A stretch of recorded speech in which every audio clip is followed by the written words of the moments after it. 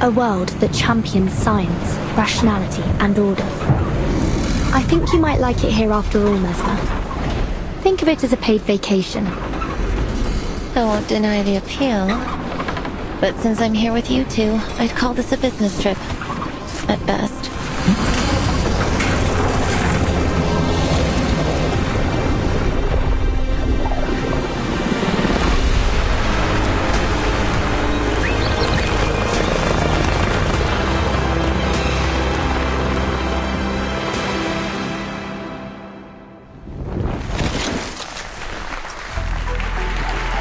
They look beautiful. They give these robots emotion. Our artificial intelligence models allow them to serve as your very own robotic friends. Detecting abnormal, hostile behavior. Oh, I didn't expect you two to find out.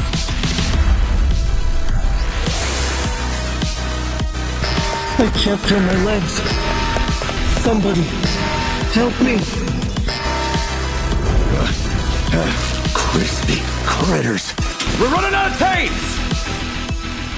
Please hurry, Vertin. Hold tight, Comrade Doctor. This melody sounds familiar. Do you like it, Granny Xena? You have great taste, kid. It's time to go. Let's roll, kids.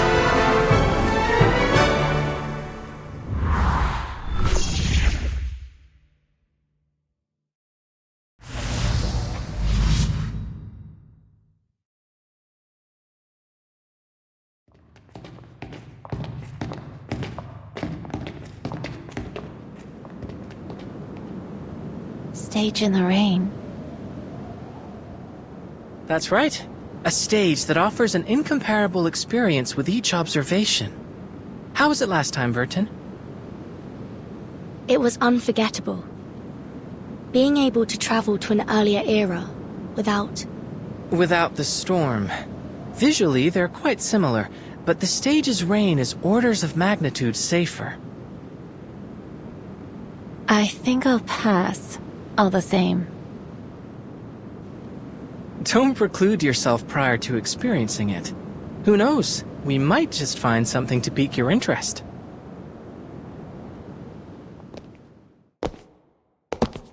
We're here.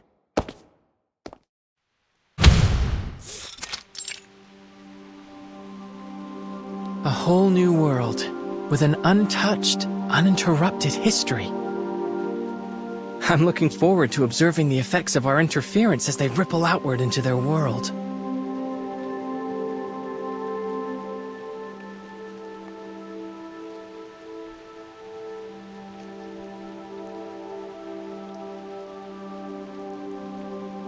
So, this is the Huygens Fresnel interferometer. Correct. It allows us to observe an entirely different world using only our minds. The stage in the rain.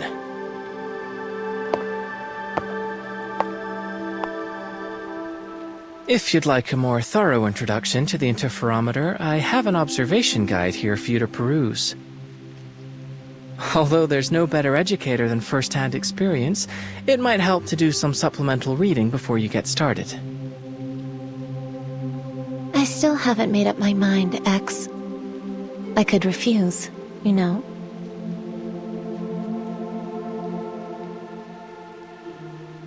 Does this belong to Laplace? This lab, this device? I've never even heard of this project, let alone used it.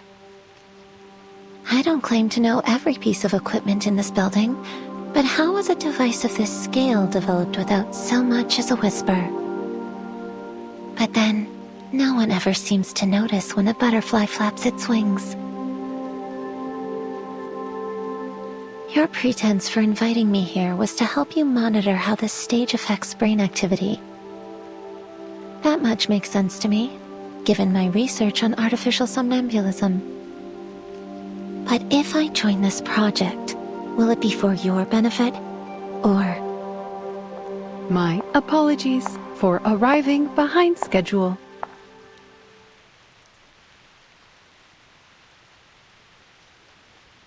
Madam Lucy.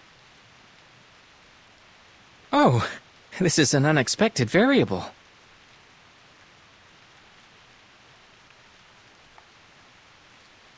Forgive me, X. I was the one who invited Madame Lucy. After our last experiment, I shared some of the details with her. Using chaos particles and the observer's consciousness to simulate a hyper-realistic space.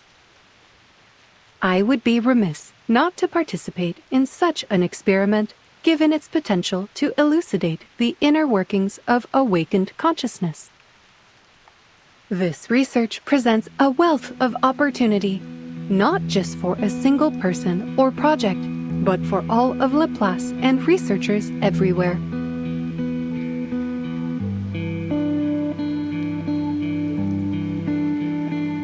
Superlatively said, Madame Lucy.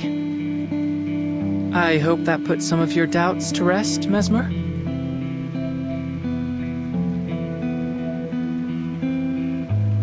Now, let's move on to the details of our experiment.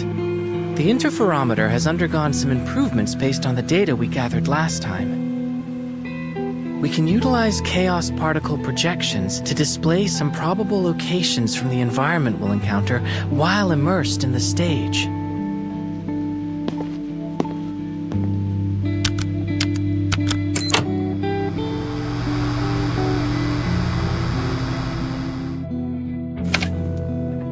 The iconography suggests it's somewhere in the Soviet Union, but the technology seems wildly different from our own timeline. It would be more accurate to think of it as a potential version of it.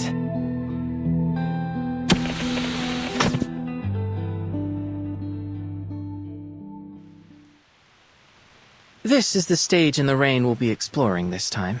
From the preliminary readings, it appears that it is indeed the Soviet Union, in a timeline that has undergone greatly accelerated advancements in technology.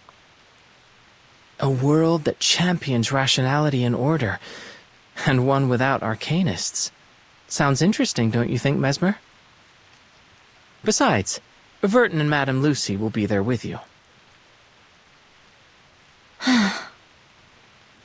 I'll admit, I am curious. Phew, that's great. I'll do my utmost to orchestrate things from here. While there's undoubtedly a lot to learn about this machine, I believe I should be able to troubleshoot any problems you encounter. Researcher X, may I propose that you allow me to operate the machine instead? But you aren't familiar with its operation, are you? I should be able to perform adequately based on your demonstration.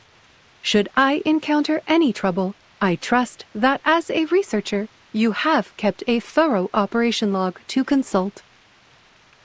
I will be able to learn much more about the interferometer's functionality and the theory behind it if I am operating it directly.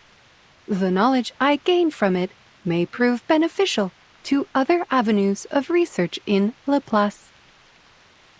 I intend to relay any data gathered here to researcher Adler when I see him next.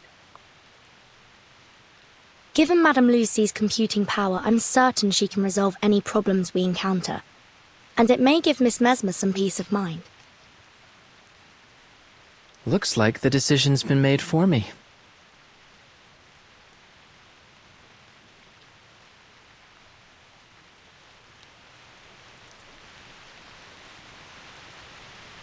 An untouched, uninterrupted history.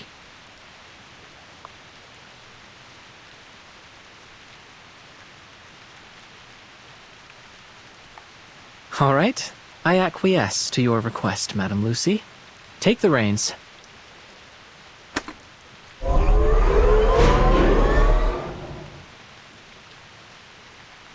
Interferometer activation complete. Looks like you've got a handle on it already, boss. Oh, another thing.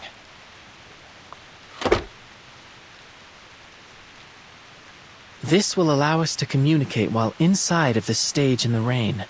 A little improvement based on feedback from last time. If we encounter any problems during the experiment, we can use it to contact you.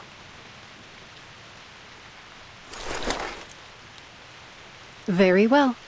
Please be prepared. The curtain is about to rise. Thank you, Madame Lucy.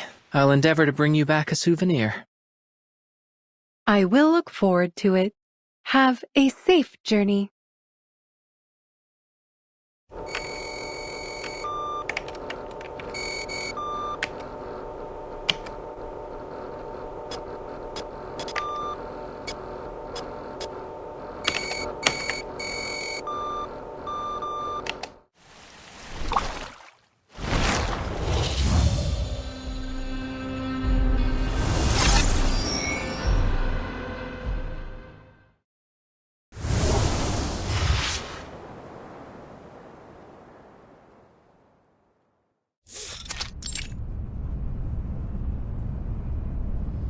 In other words, this material would function something like a fire ant colony crossing a river, fluidly replacing worn-out and damaged sections.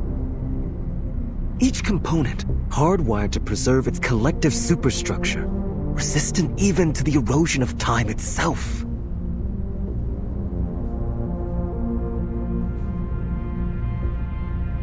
That jacket you're wearing, is that also the machine's doing? Yes. Sometimes the interferometer automatically modifies our clothes to help us blend in with the world we've entered. Though it looks like the machine decided that you and X already passed for normal here.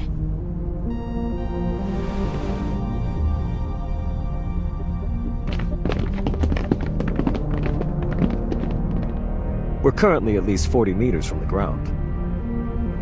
A conservative estimate, Comrade Polkov. I should say we are at least the height of a Vostok K rocket off the ground. And that's if we include Comrade Gagarin standing on the module. Cracking jokes as always, comrade.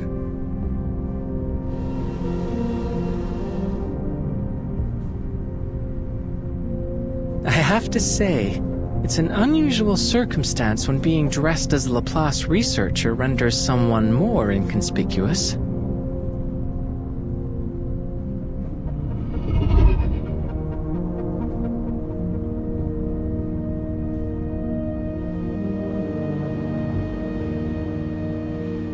Those fields look endless.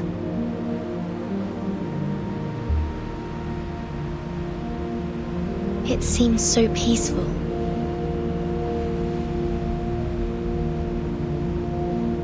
Oh, they even appear to have farming robots.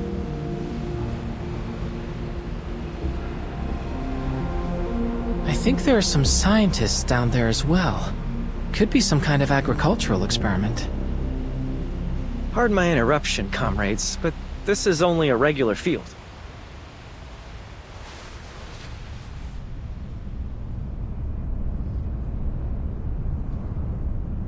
Those people down there in white next to the robots, they're simply farmers. Well, I say farmers, but in truth, they are scientists too. Another marvel of Soviet ingenuity. Our innovations in agricultural robotics have eliminated the more laborious and time-consuming aspects of farm work. Now these farmers can use their time researching new scientific advancements, which feeds back into further developments in food production. And it's not just agriculture. Every industry has seen the benefits of Soviet innovation. That is why they say our way of life here is the best in all the world. Thank you for the information. I don't suppose we've been introduced, have we? My apologies. Call me Maxim. I'm a journalist. And the three of you must be Doctors Furton, X, and Mesmer Jr., am I correct? Very much so.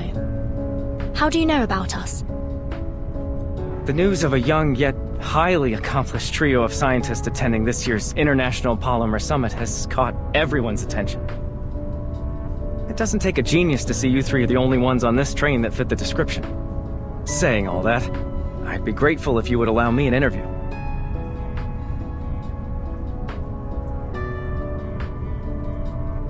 Certainly. As it happens, we could really use someone who could introduce this place to us. We don't know much about where we're going or what's been happening here in the Soviet Union. That much is clear. Where should I start? Oh, of course.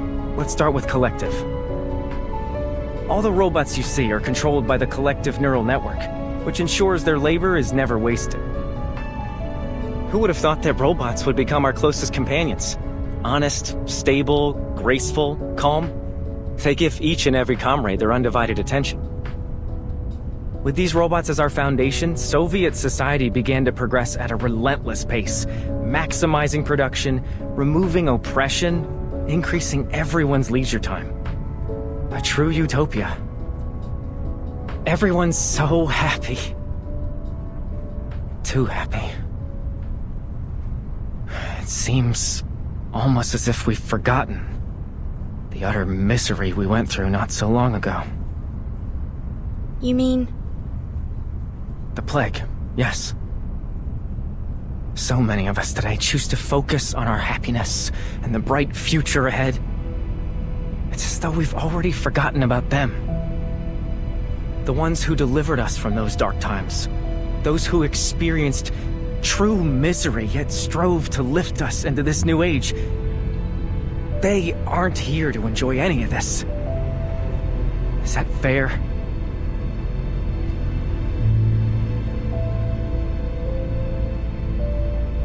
Forgive me. I'm dwelling on old wounds. You're at the age where you should be enjoying yourselves, not revisiting the tragedies of the past.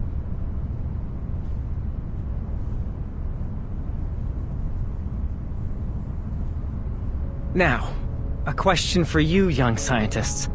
Tell me, are robots as commonplace in your country as they are here? That may be dependent on your definition of robot, but I've worked with an animated hunk of metal before.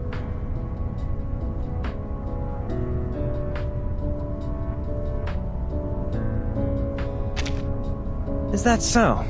Fascinating. And here I thought I'd been keeping up to date with the latest in foreign developments. Science develops by leaps and bounds every day, it seems. Oh well, I suppose it's a sign of progress. One of the robots I mentioned was once in charge of running our entire organization. She was obsessive about maintaining a full charge. We ended up placing charging stations for her all around our facilities. But I don't see anything like that here. Does that mean you don't have access to Dr. Sechenov's polymer in your country? It was revolutionary here. People say it saved our entire way of life. Polymer? Simply put, it's a programmable liquid material. It's the primary topic of the summit. I'm certain you'll come to fully understand everything about it once you arrive. And, of course, you'll get to see another of Dr. Sechenov's prized inventions, the twins. I get the feeling you don't share their enthusiasm. Oh, I did not mean to imply anything negative. I should learn to watch my tongue. I fear my lack of expertise may end up confusing you. We will soon arrive at the summit. I advise you to take the opportunity to experience our country's scientific achievements for yourselves. But, to answer your question, Dr. Sechenov's team developed a kind of functional hydrogen cell. Stable fusion reactors in a polymer casing. That is what allows the robots to function without constant recharging. That sounds like the perfect gift for someone we know.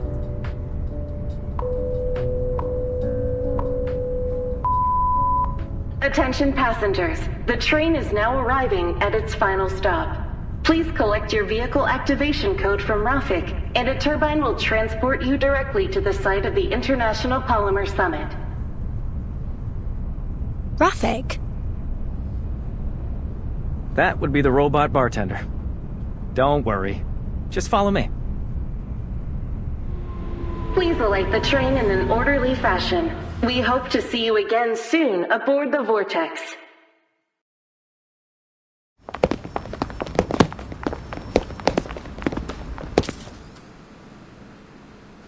Is that scientist's trunk?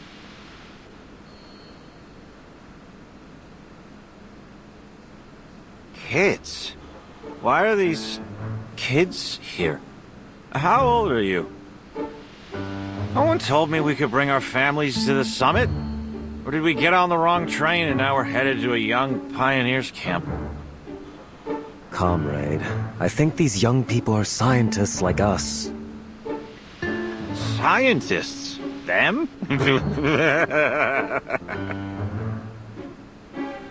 At least we had the good sense not to drink ourselves silly before an important conference. Young people these days, always in a rush. You should be at home enjoying the summer, playing on the swings. You're being impolite. Our companions are waiting outside. Come with me.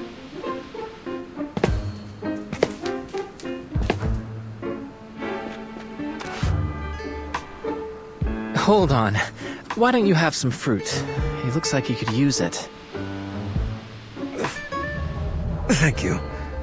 I'm sorry for his behavior.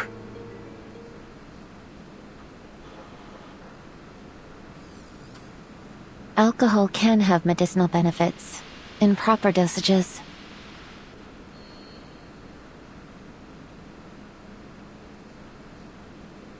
Don't take any of that to heart, friends. Next stop, the exhibition hall. And welcome to Facility 3826. This way. That's Rafik, the one in charge of the activation codes.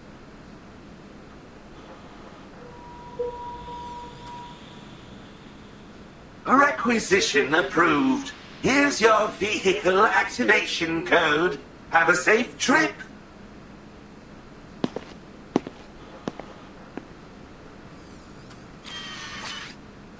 Wait. Our identities. Nothing to perspire over. We won't need any scanning, Rafik. I've already got a key.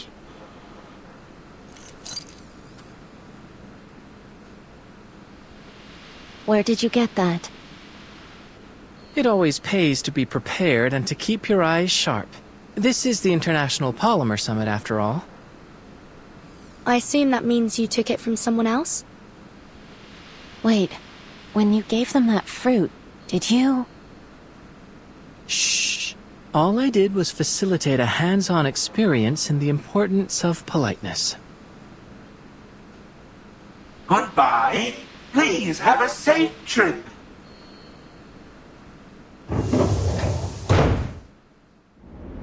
Please secure your seatbelt. We wish you a very pleasant journey.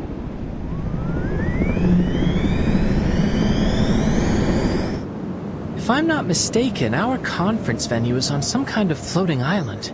Fascinating. Come on, why don't we check out some of the local music? Thank you for tuning in to the Polymer Exhibition Hall audio guide. You are currently departing. This place really is like what the prediction indicated. A world that champions science, rationality, and order. Wouldn't you agree, Mesmer? I think you might like it here after all. Think of it as a paid vacation. I won't deny the appeal, but since I'm here with you two, I'd call this a business trip at best. I propose we look at it as an academic exchange, the kind with complimentary refreshments, featuring the illustrious Dr. Verton, Dr. Mesmer Jr., and Dr. X. I think I'm the only one that feels out of place here. Doctors? Well, here's to a pleasant trip.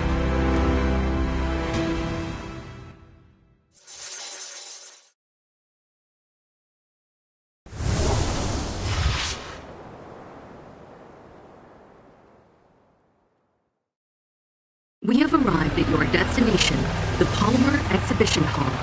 Please be careful when exiting the vehicle.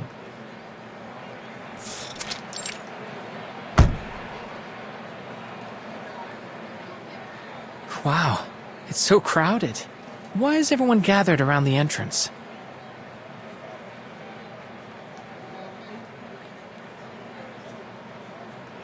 Everyone, please wait patiently and enter the venue in an orderly fashion. Dr. Sechenov is about to arrive.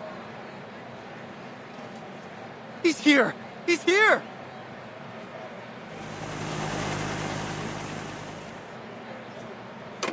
Welcome, comrade. It's him! That's Dr. Sechenov!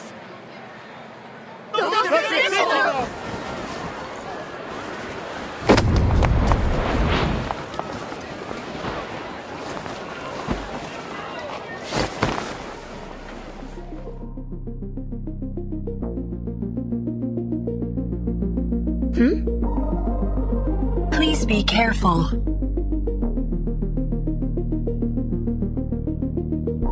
Thank you. It is good that you were unharmed, comrade.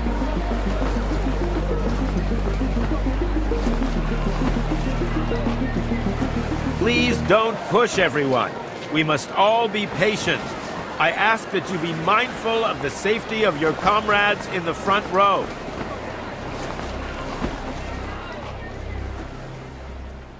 That must be Sechenov. And I suppose those women were the twins. A logical hypothesis. Oh, Vertin, we do have a slight problem. The communicator must have slipped out of my pocket during the commotion. By the time I found it again, well, it seems to have failed a few rapid percussive tests. Which means we've lost our only way to contact Madame Lucy. Unfortunate, but we'll fix it later. We should follow the crowd into the exhibition hall for now.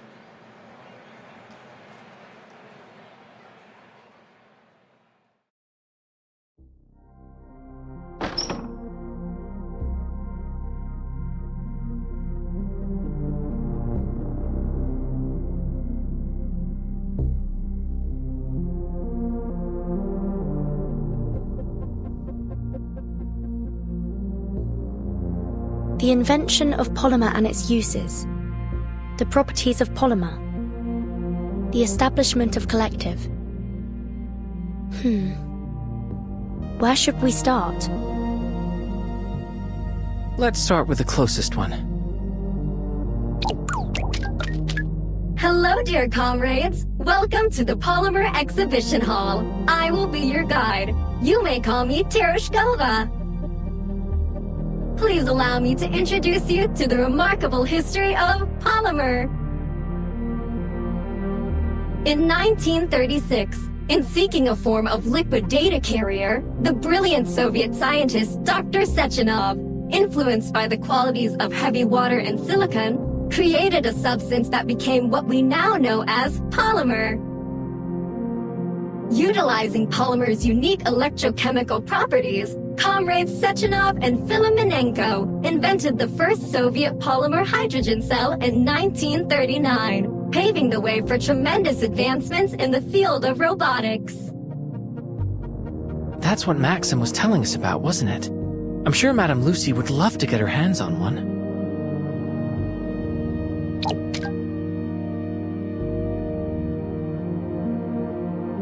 However, in 1942, a terrible disaster struck the Soviet Union and the entire European continent, the plague. By the end of this unprecedented outbreak, over 150 million had perished. 150 million? That would make it one of the deadliest outbreaks in human history. Countless scientists and medical professionals selflessly gave their lives to combating this plague, sacrificing themselves to prevent further death. I wonder if that's the tragedy that Maxim mentioned. We will always remember their sacrifice, just as we honor Dr. Sechenov for once again coming to our rescue. It was his polymer that formed the basis of redemption, the vaccine that proved instrumental in stopping the transmission of the disease, saving the Soviet Union from ravages of the plague. Of course, with so many having succumbed to the disease, the Soviet Union turned to further developments in robotics to meet labor demands. Before long, new advanced models of robots made up a significant portion of our labor force, helping to deliver a new age of prosperity. Is that what you've been aiming at with all of your critter experiments, X? In order to fully optimize our robot's production power, Dr. Sechenov led a team of scientists to develop and launch Collective 1.0. This revolutionary system unified all of our robot assistants under a single vast neural network, ensuring maximum efficiency.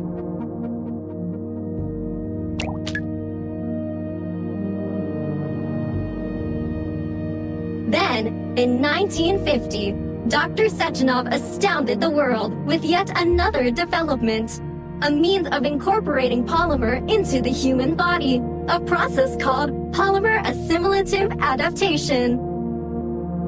It is with this assimilative power that we can now implant interface devices directly into the human body, allowing people to connect to Collective 1.0 and control robots using their minds. This technology holds the potential to establish a shared database of human minds, granting humanity unprecedented access to knowledge.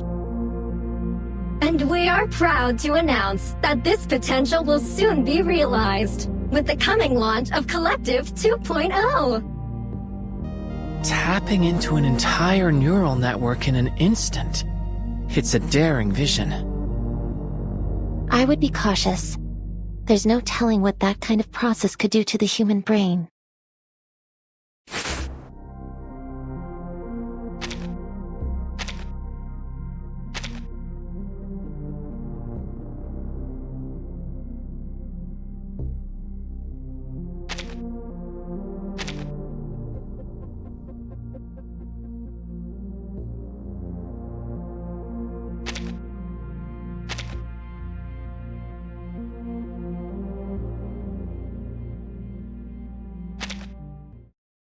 You have finished Exhibit A, but don't stop now, dear comrades. Please proceed to the lecture hall, where Dr. Sechenov will soon personally demonstrate the power of Collective 2.0.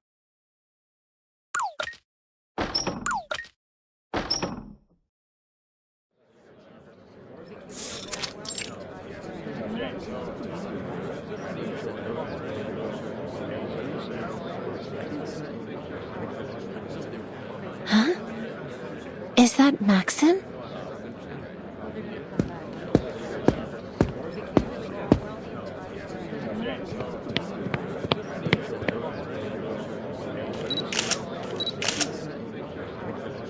I must thank you for coming, Comrade Molotov. Today is an important day for the Soviet Union. I wouldn't miss it, Comrade Sechenov.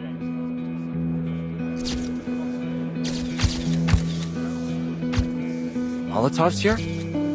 It's hard to believe after all the bad blood between them.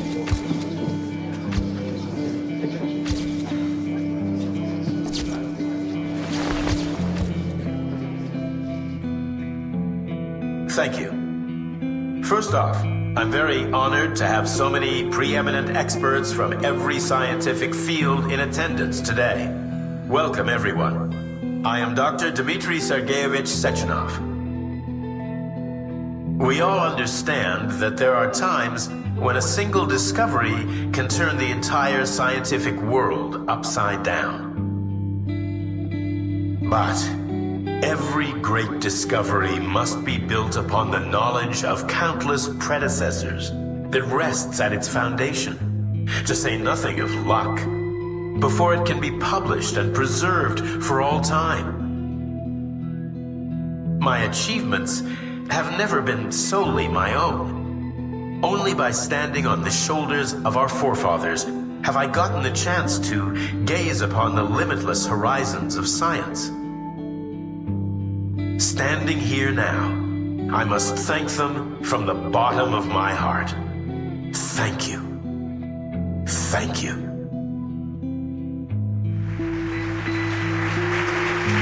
19 years ago, when my team and I invented polymer, I had already foreseen its boundless potential.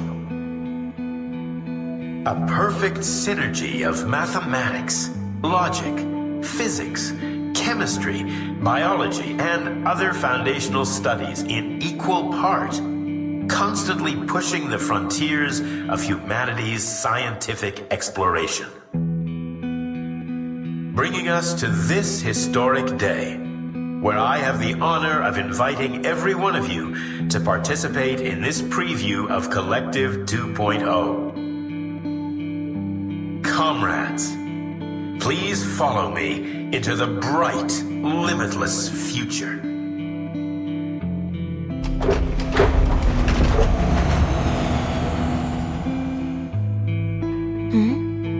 What's this? Thought device.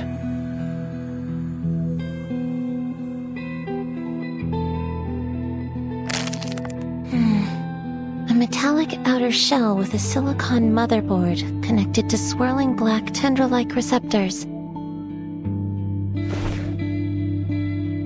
There are suction cups on its base.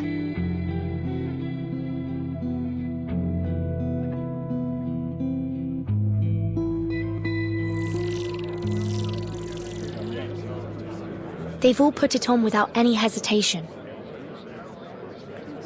No adverse reactions either. Looks like it doesn't hurt.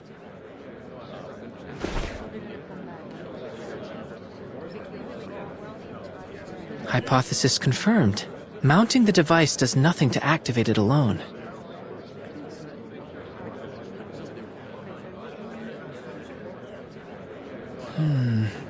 Counter hypothesis. It may only work on polymerized people. Wait! What are you doing?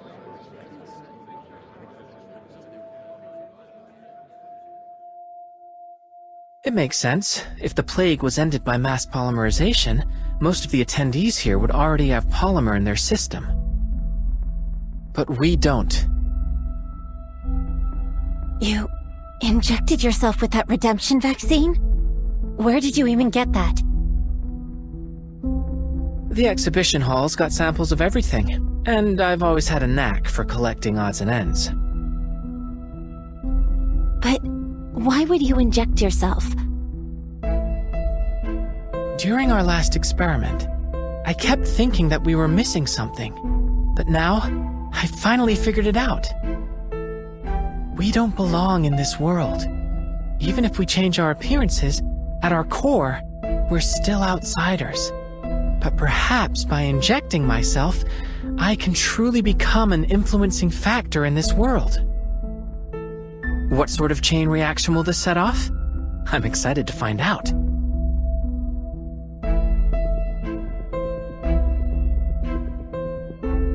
Plus, if we don't inject ourselves, we risk exposing our identities.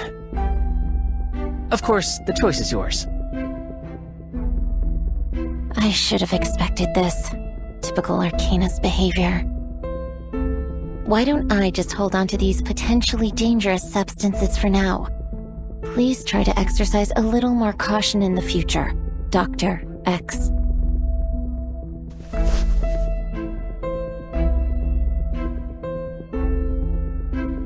What about you, Vertin? I think we should be careful. All right. Think about all the fun you could be missing out on.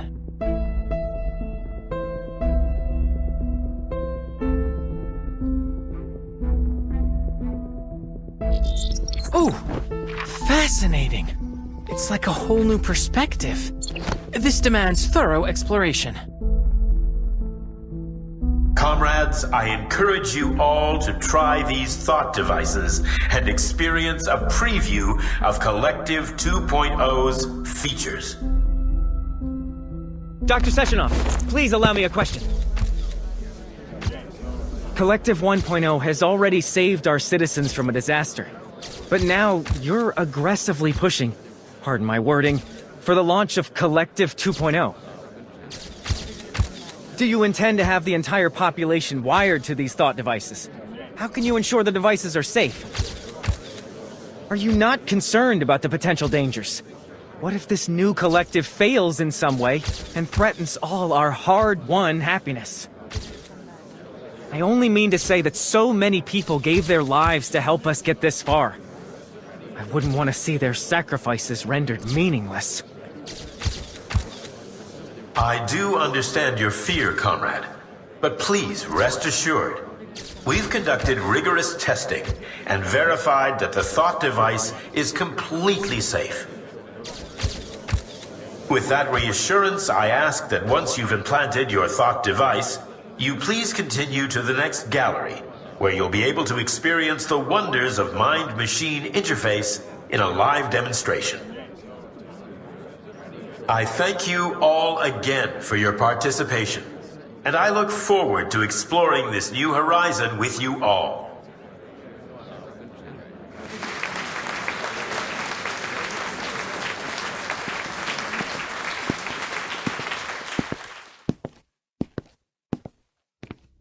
Oh, I remember you. You weren't hurt, were you? Tereshkova wasn't able to properly handle the crowd. I've already arranged for staff to work on improving her logic. I'm fine, Dr. Sechenov. Your twins helped me up. They seem somewhat different from other robots. You have a sharp eye, dear girl. When I constructed the twins, I made use of some experimental techniques. Currently impossible to mass-produce, I'm afraid.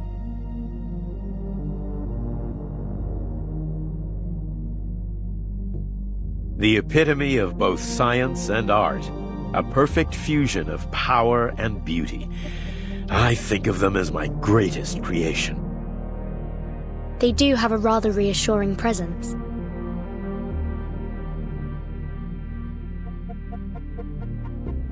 I heard there'd be 3 young scientists joining us today. To be so accomplished at such a young age is something worthy of respect.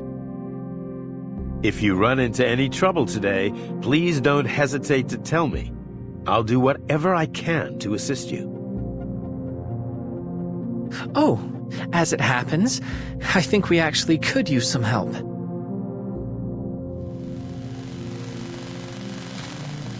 Do you have any idea where we could get this device fixed?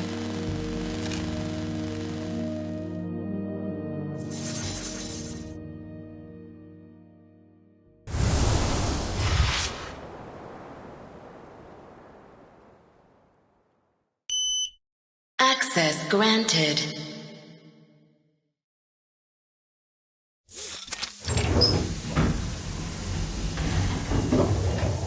Welcome, comrades. This is the assembly room Dr. Sechenov recommended.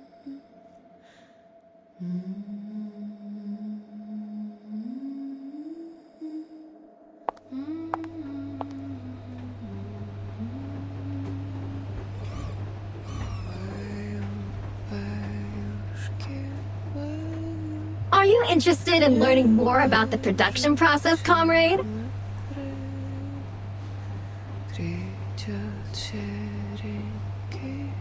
What you see here is the production line for the VOVA6 lab tech, often dubbed VOVA. Commonly used in laboratories, our VOVA6s assist scientists with conducting tests and critical experiments. The VOVA model's humanoid limbs feature over 100 sensors. Outside of lab work, they are also capable of providing other services, such as playing musical instruments, cooking meals, providing massages, and more.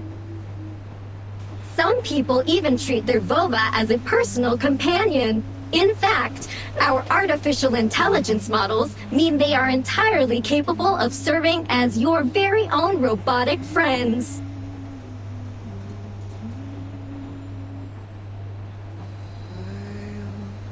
Hold on. What's that sound? And we're here to find a repair vendor. Where is it? Oh, some kind of performance art, perhaps?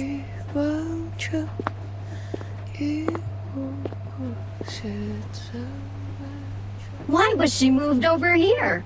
Comrades, this is your repair vendor.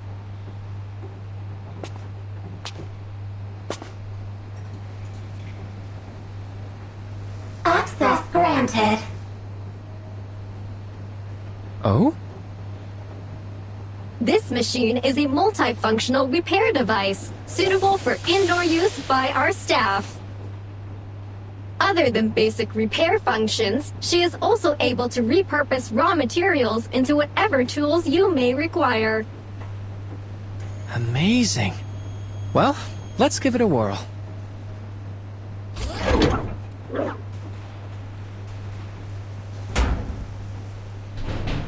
Unidentified object detected. Initializing analysis.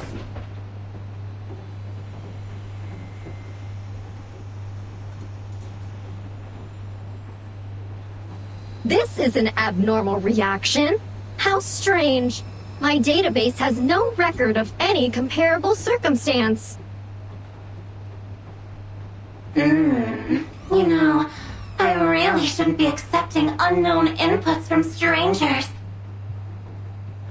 A stranger is just a friend you haven't tasted yet.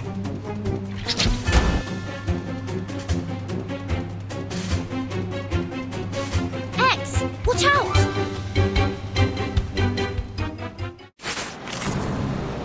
What interesting accident will happen now?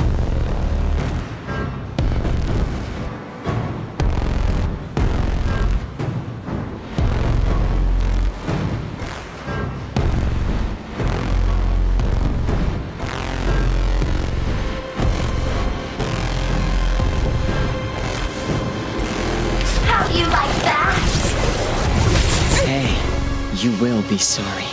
Whoops. An accident. That hurts, you know.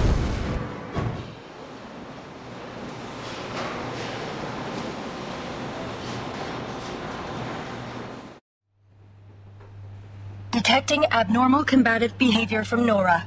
Requesting control. Rebooting Nora systems. Reboot complete.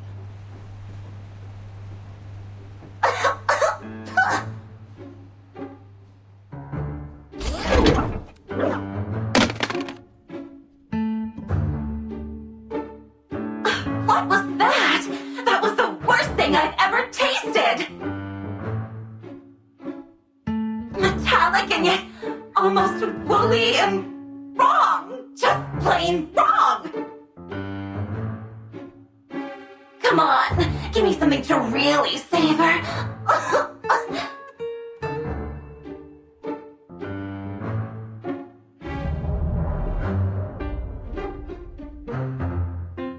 I don't suppose there's a way to make her sound a little less. Well, just a little less that. The repair vendor's speech algorithms are not within our direct control. Perhaps we can manage on our own. I've seen an arcane skill that can modify a person's speech based on the caster's wishes. But I'm not familiar with how to cast it. Try contacting Madame Lucy. She may know the incantation. Good idea. It'll also give us the chance to check the repair vendor's handiwork.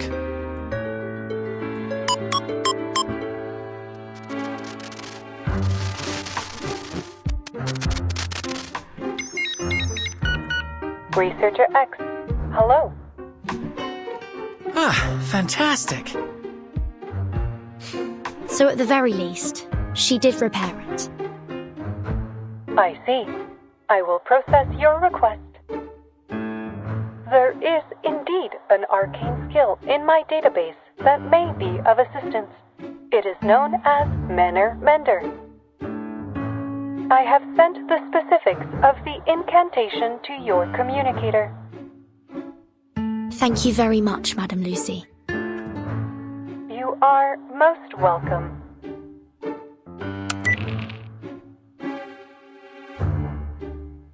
Manner Mender.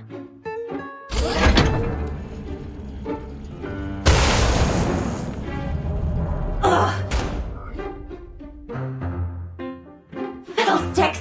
What did you do to me?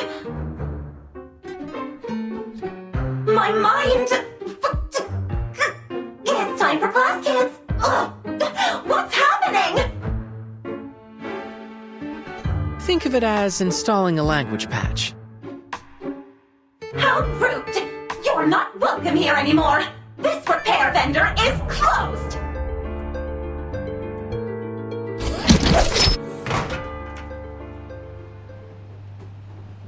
We will need to investigate the cause of your abnormal behavior, Nora.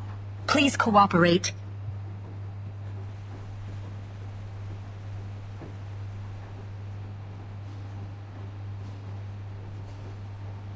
Prepare to initiate forceful investigation procedures. Wait.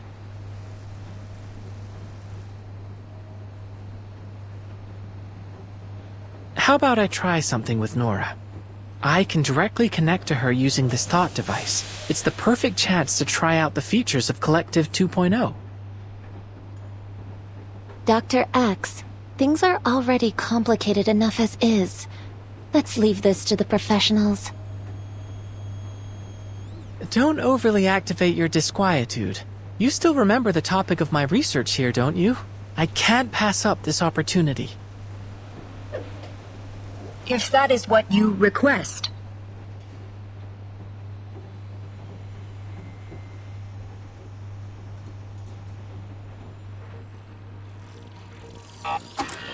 Wow. Looking through Nora's primary functions, there's been some scintillating things uploaded to her database. Let's set the complicated data aside for now, and try using a mental command.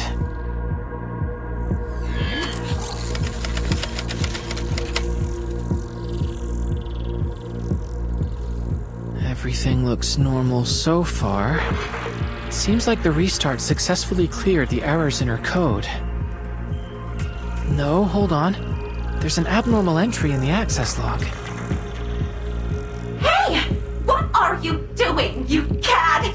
This is no way to treat a lady! Ah!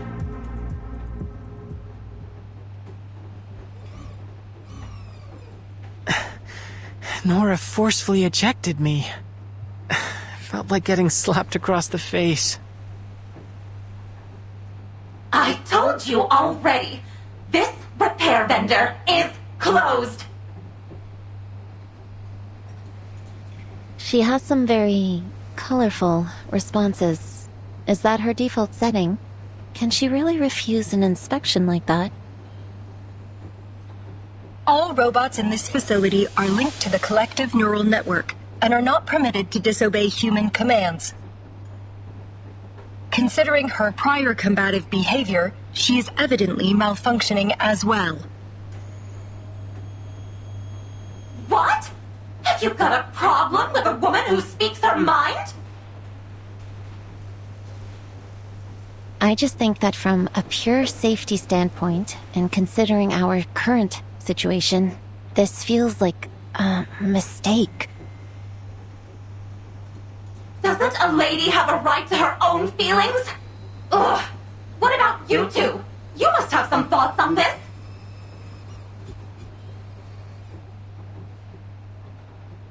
We do not have an answer for you at this time.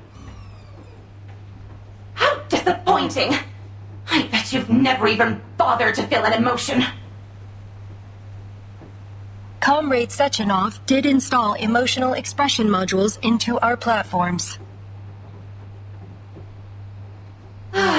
What a waste to put them in, you frigid ice queens.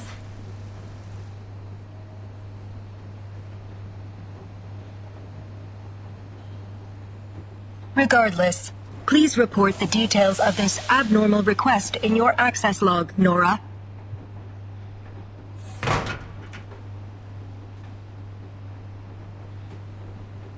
I have no idea who made that request. All I know is that ever since that entry appeared in my log, I've had no patience for anyone toying with my emotions. Now, stop pestering me with questions. I've already told you everything I know. Situation documentation successful. Comrade doctors, we deeply apologize for your exposure to this incident. Dr. Sechenov has expressed his concerns about your safety. Please follow us. We will escort you to him. What's next on the schedule? Will we get to interact with even more robots? Comrade Sechenov will arrange an itinerary for you.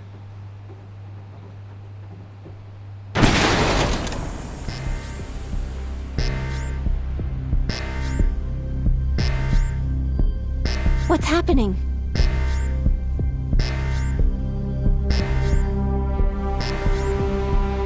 Warning.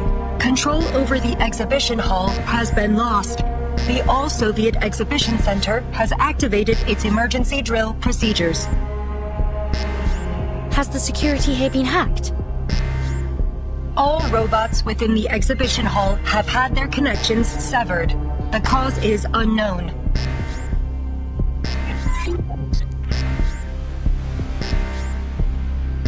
Understood, Doctor.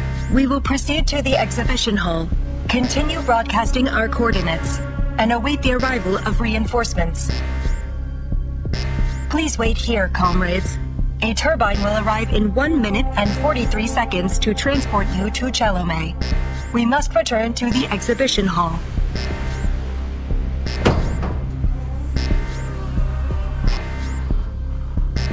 Please remain inside the assembly room.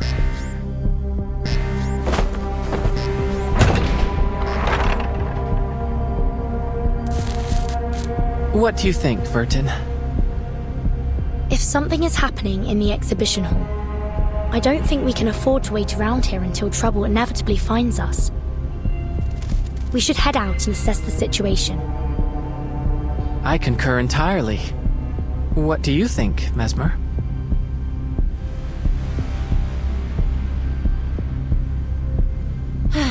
Why would I expect either of you to follow orders? I've done your psyche vals.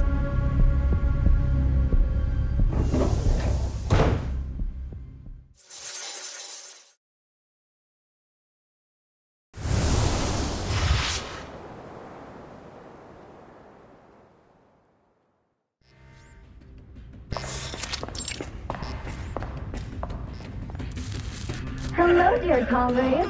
Welcome to the Polymer Exhibition Hall. I will be your guide. You may call me Tereshkova. Where have all those mustachioed lab robots gone?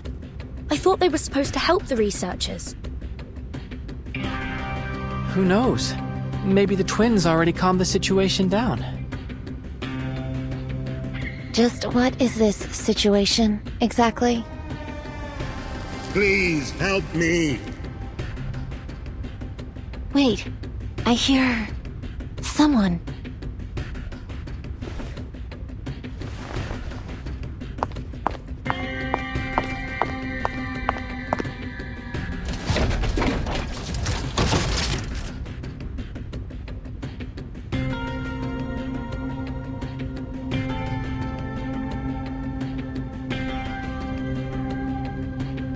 Please help me.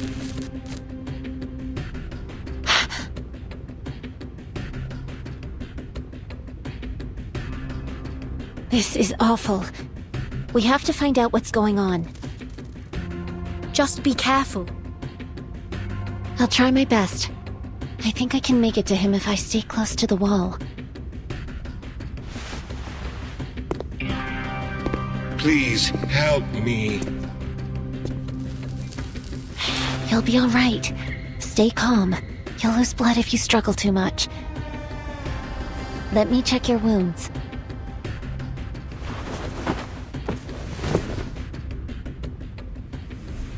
What's wrong? Impossible. This violates every law of nature. He's already... Watch out, robots.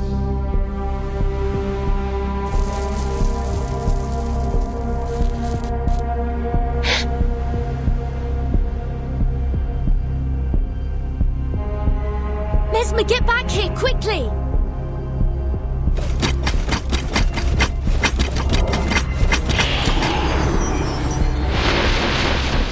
What?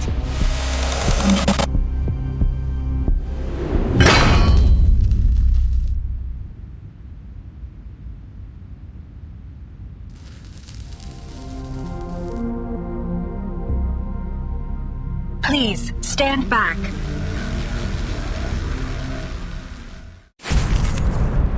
The curtain opens. Target locked. Energy level rising. Thank you, Left. You were advised to wait in the safety of the assembly room. We aren't really the sort of people to wait around in an emergency. But apologies can wait. There's more pressing issues to deal with. X, are you coming with me? We need to get to Mesmer Jr. and figure out what happened with that man she found.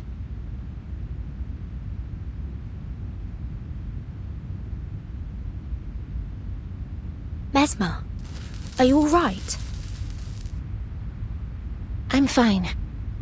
But this is tremendously unnerving.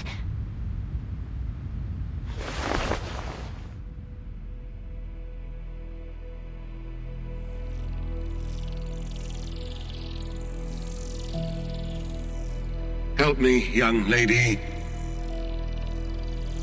What's going on? I'm still alive. No, that's not possible. I'm sorry, but you're clearly dead. It's just that your device is still transmitting your voice. And that wasn't just some awful hallucination. That's really my body, and I'm a goner.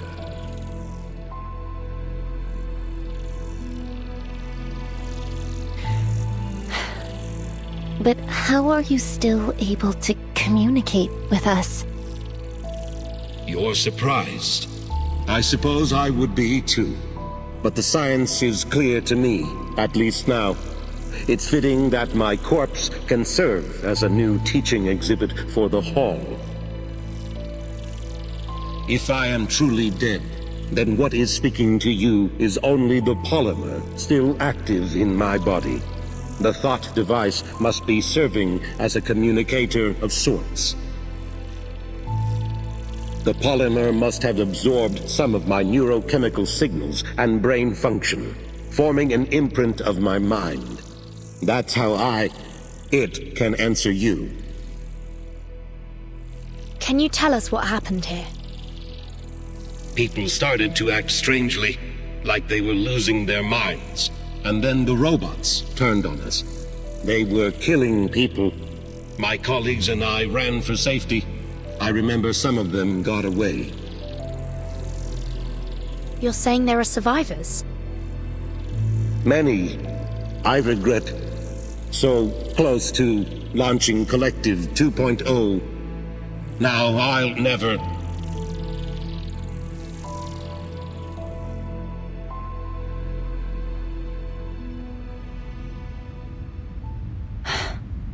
We didn't even ask for his name.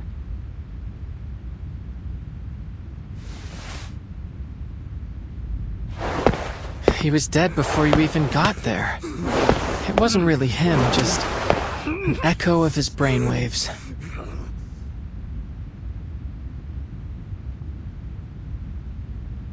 I don't understand.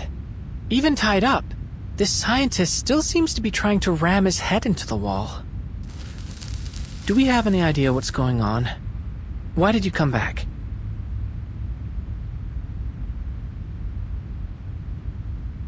The situation in the exhibition hall remains out of control. However, I received a notification that the security door had been opened. I had to ascertain whether you were in danger.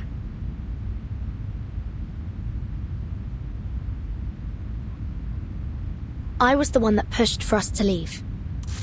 I thought perhaps we could help in some way, but I didn't anticipate any of this. Thank you, Left. On that topic of whatever's going on here, could it have something to do with the Collective?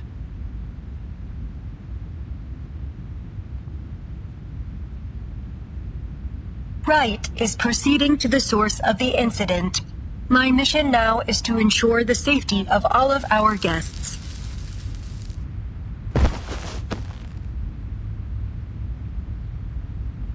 Your theory is interesting, comrade, but further investigation will have to wait for now. Please follow me, comrades. I will escort you somewhere safe.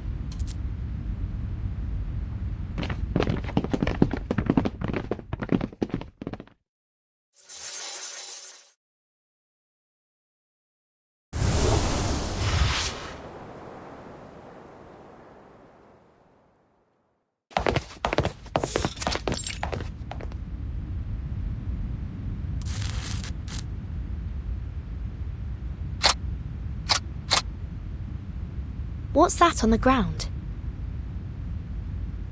A defensive perimeter of pulse mines. These will temporarily stun robots, but are harmless to humans.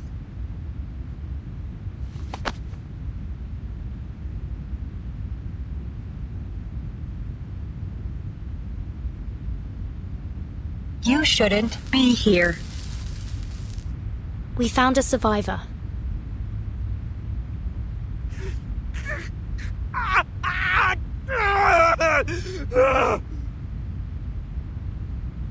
Understood.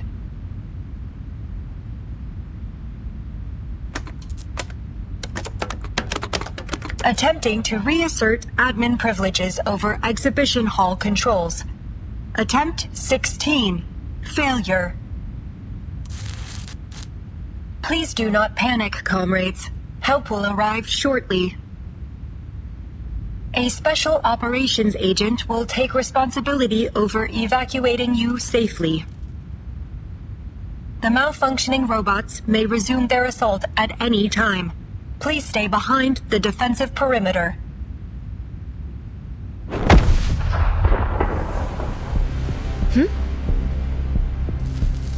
Is that another haywire robot?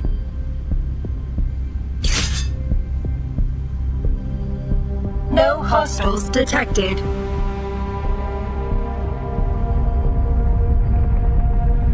The sound's getting closer. Get ready to fight. Crispy critters. I should just blow this entire door to bits.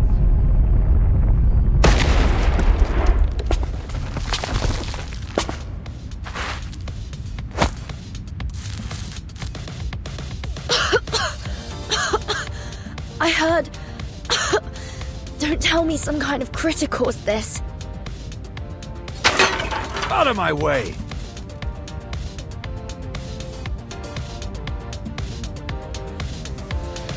What good is a lock like that, Charles? Just to keep idiots out?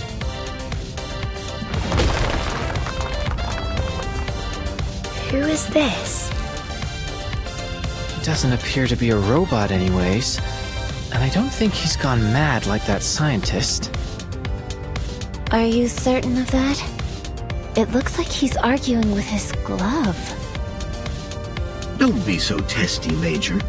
As long as I'm here, those locks won't be any trouble for you. They wouldn't be able to stop me, even without you.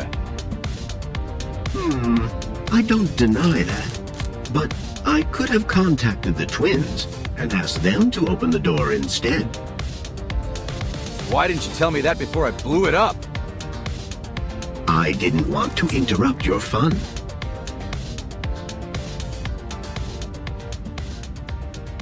What happened? And what the hell are these kids doing here?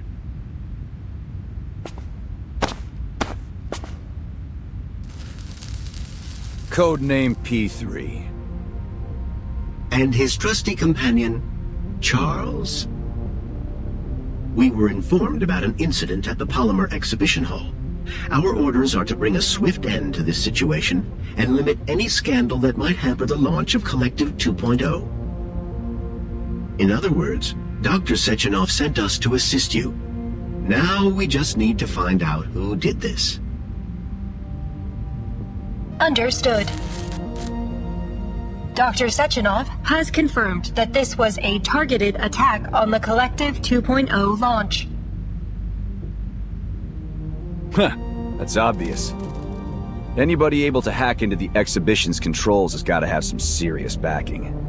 Lots of people resent the boss, think he's in the way of their own ambitions. Like Molotov. or any of the various enemies of the Soviet Union. Molotov. That's the man who shook hands with Dr. Sechenov in the lecture hall. Hold on. You mean he actually showed up? Where's he now? Comrade Molotov left in a car shortly after Dr. Sechenov's speech concluded. He sure made a quick exit. All right. Thanks for the report, ladies. You can stand down. I'll take care of things from here. We have not received orders to conclude our mission. These survivors still require protection. I've got that covered too. Charles, give me the data on our survivors. Start with those kids.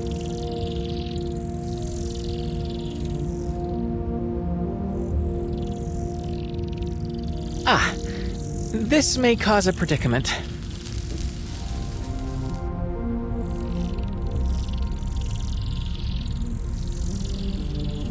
Gentlemen, we are scientists from abroad who were invited to participate in the summit.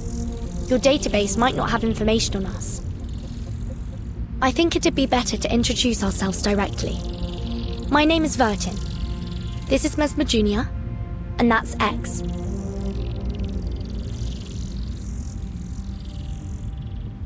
She's right, Major. I have no data on them, though I can tell that those two haven't been polymerized. Not polymerized. Crispy critters. Hardly see that these days. Perhaps it's better to focus our efforts on searching for and rescuing other survivors. I also noticed that their names don't appear in any available immigration records, and that they were only added to the guest list for the summit earlier today. You mean they snuck in? It would appear so.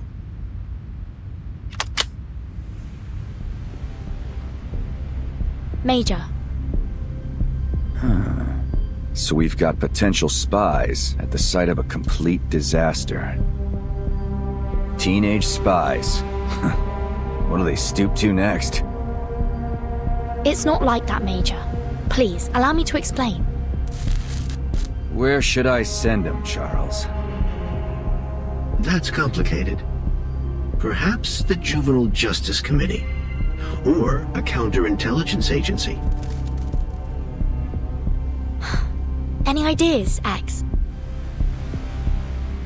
The signal here isn't great. Maybe your glove should check again?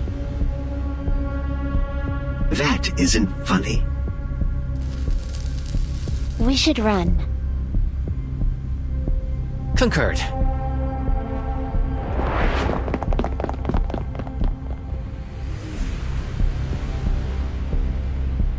God, can't get any info if they're dead. Hey, twins! Help me catch them. Alive. We'll each take one. Got it? Understood.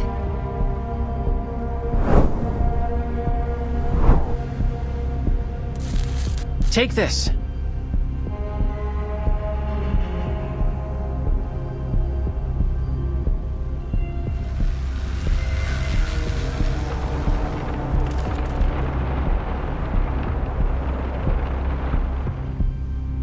Made you look.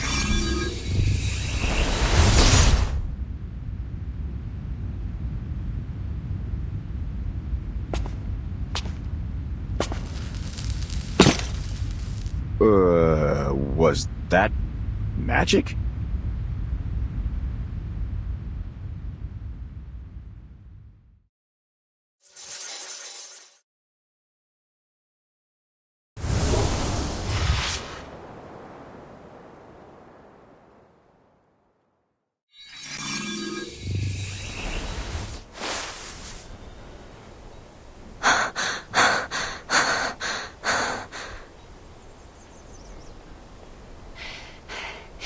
We should be safe out here.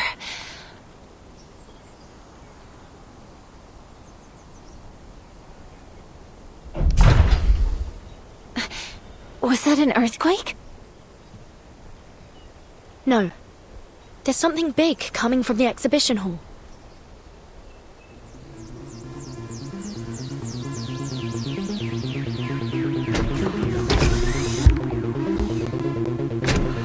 that?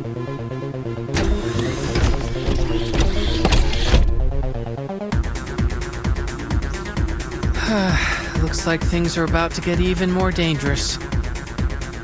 But hey, good news. There's a building over there.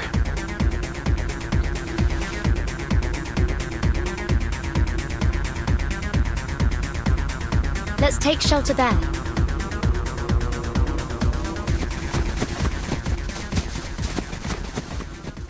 Quick, get down.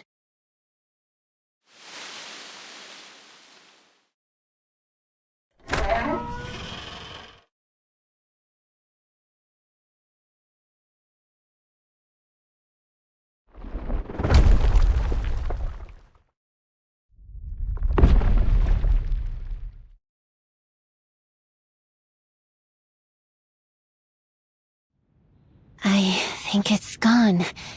For now.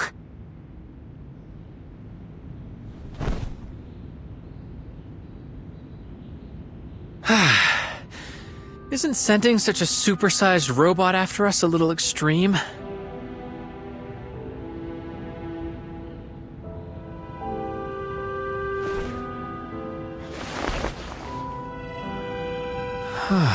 Neat interior. Smells lived in. And traces of mold removal on the walls.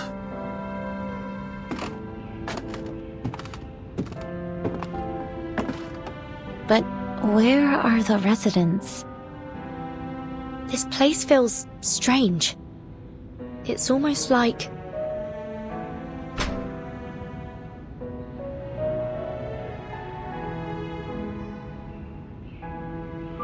No sign of any robotic technology in here. And all the food is untouched. It's like this house has been isolated from the outside world for years. And yet...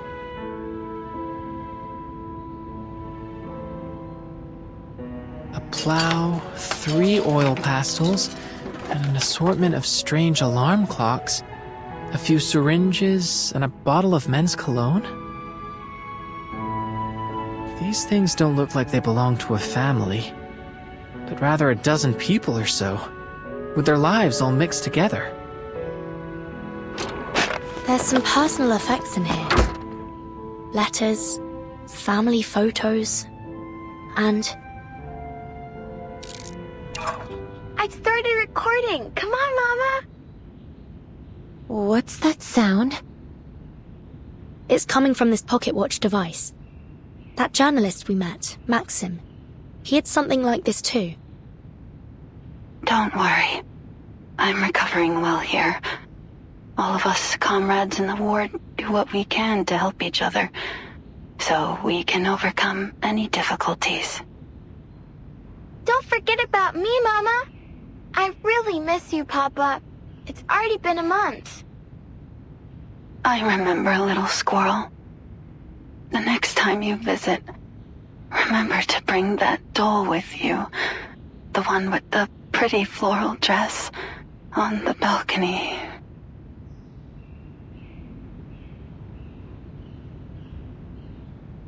Were they the owners of this apartment? Where did they go? Not a clue. There's all sorts of things on the balcony, but the doll isn't here.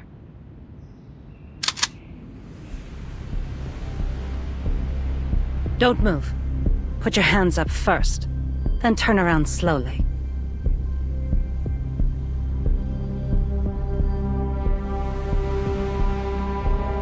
Please, don't shoot, ma'am. We're just... Call me Tamra. Foreign kids. A rare sight. The last time I saw misbehaving kids was before the plague. It's a shame so many lives were cut short. What'd you do to anger a Beliash like that? Steal its H-beams?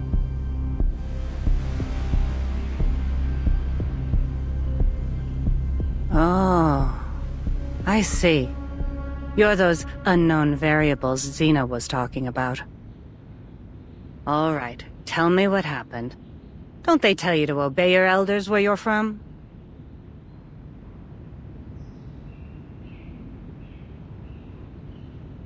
Allow me to explain, Madame Tamara.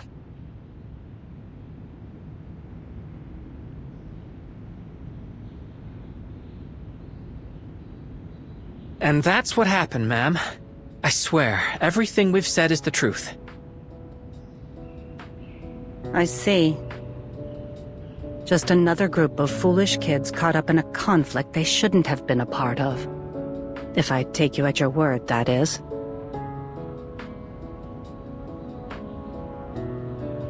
But branding 3 kids terrorists and sending out a balayage to stop them? The people in this country have gone mad. You have my sympathy anyway. But I have more important things to do than babysit. Considering your situation, how about you hide here a little longer?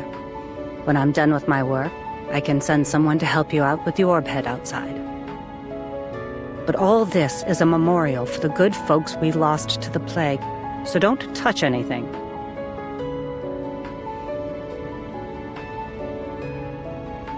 Or you can always leave.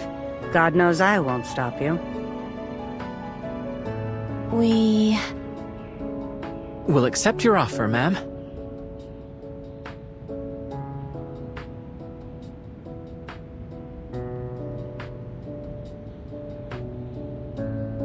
Not like we can confront the Balayage with just the 3 of us. Might as well stay put for now, right? It does make sense. We'll stay and help you, Madame Tamara. Then you're smarter than I took you for. Relax, I won't hurt you. Come, look.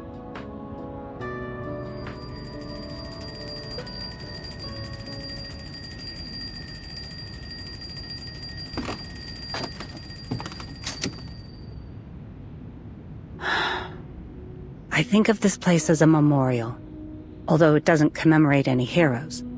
Just everyday people. Like the one who owned all these clocks. They belonged to Olga Sokolova, a 23-year-old nurse. A very jumpy, anxious girl, but honest. Taking care of her possessions takes a lot of effort.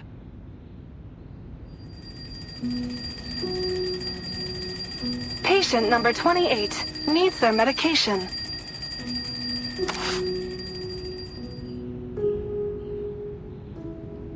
Why did she need so many clocks? Olga was terrified of forgetting all sorts of things. She'd set her alarms to remind her to administer medication, shots, you get the idea.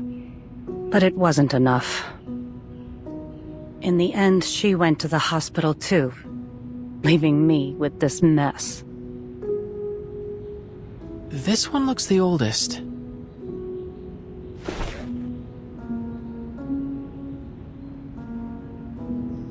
You're right, that was the first. It'll ring in just a moment. It's why I came here today. Happy 20th birthday, Sasha. You can turn it off now. Her daughter isn't around to hear it. The plague took her, just like so many others. 20 years old. How time flies.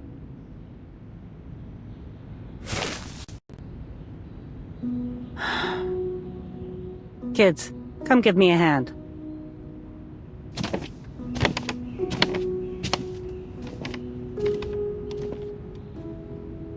An entire wall of tools. Looks like whoever lived here liked making things by hand. That's an understatement. There's a basket under the workbench full of all kinds of toys and electronic parts. Andre and Vanya loved tinkering with those kinds of things.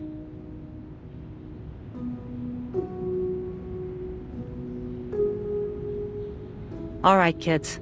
The sooner we finish cleaning, the sooner we can deal with that hunk of metal outside.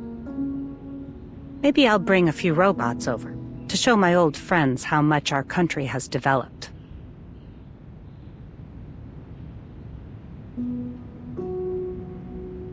Is this why you've been keeping things just the way they were?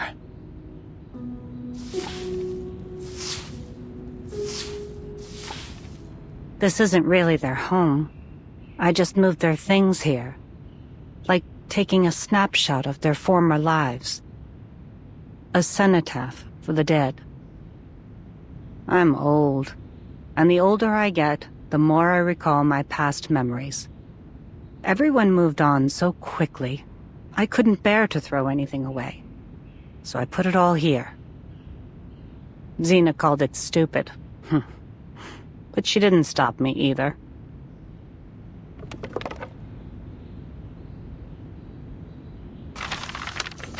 At the height of the plague, none of us would say it. But we all wondered the same thing. Is humanity doomed? But even so, no one gave up. Everyone kept on stubbornly surviving, as if we could outlast the whole disaster, outlast the sun itself. Whatever it took to see our lives return to normal. We would say, who better to withstand the harsh winter than us?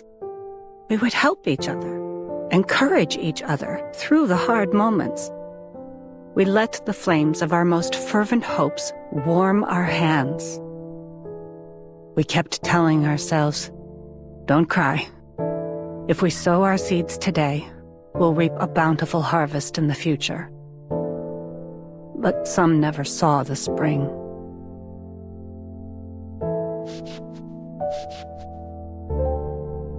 My condolences. To be honest, after so many years have passed, even the grief has faded. But once in a while, I find myself thinking that the happiness we have today is something they'll never see.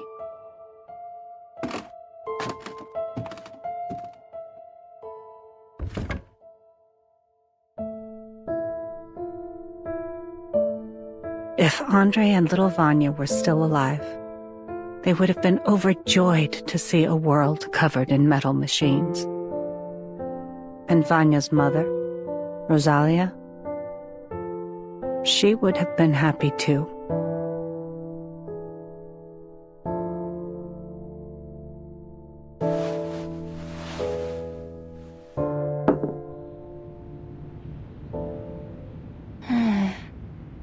Strange. What is it? We saw this person at the summit.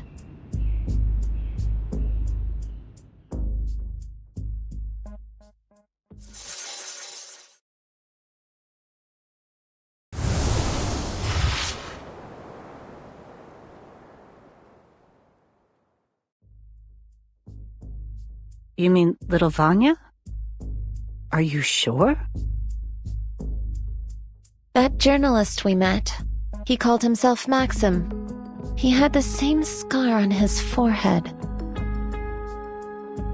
I thought he... After things settled, I tried to check in on Rosalia and her family. They were already gone. So Vanya is alive? And he became a journalist. I'm happy he made something of himself. I found something else strange. These documents seemed out of place here. Having made a cursory glance, they seem to concern the robots we've encountered so far, including that big one that chased us here. See? Take a look at these schematics. Tell me this isn't that belly ash thing. But why would anyone keep these files here? These look like highly sensitive schematics. A seemingly abandoned location close to the summit venue. It makes sense, wouldn't you say, Tamara?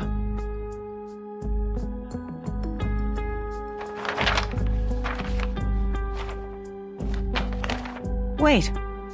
I recognize this handwriting. No one writes a ya like this, except little Vanya.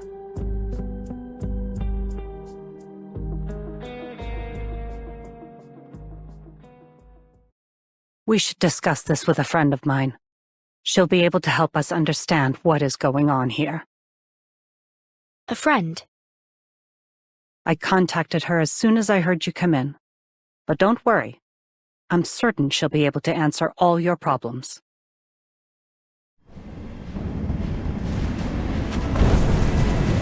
What is that? It looks like a flying house.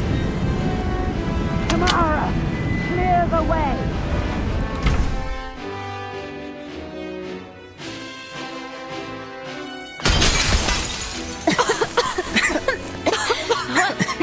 What?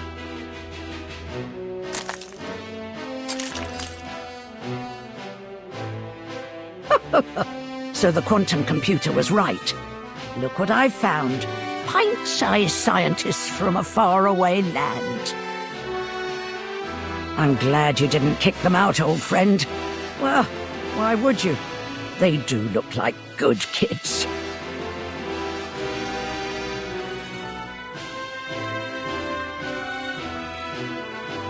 The name's Xena, but call me Granny Xena. That's all you need to know for now.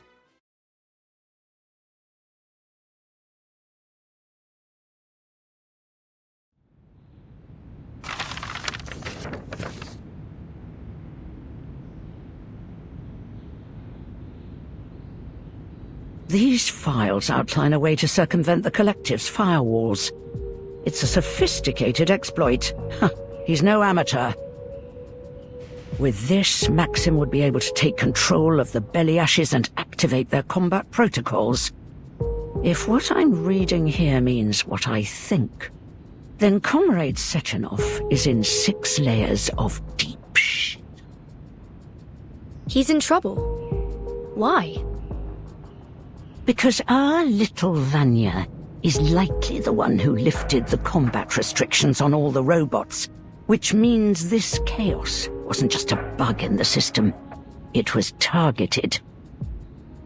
Then you mean that he could be the one that sent that giant robot after us? I figured it would have been that P3 guy, or the twins. Taking in the preponderance of evidence, it's a good bet that Maxim is the one that orchestrated the robot's attack on the exhibition. It isn't just the robots. He's also got his hands on the schematics for Sechenov's thought device. Does that mean he might have tampered with them as well?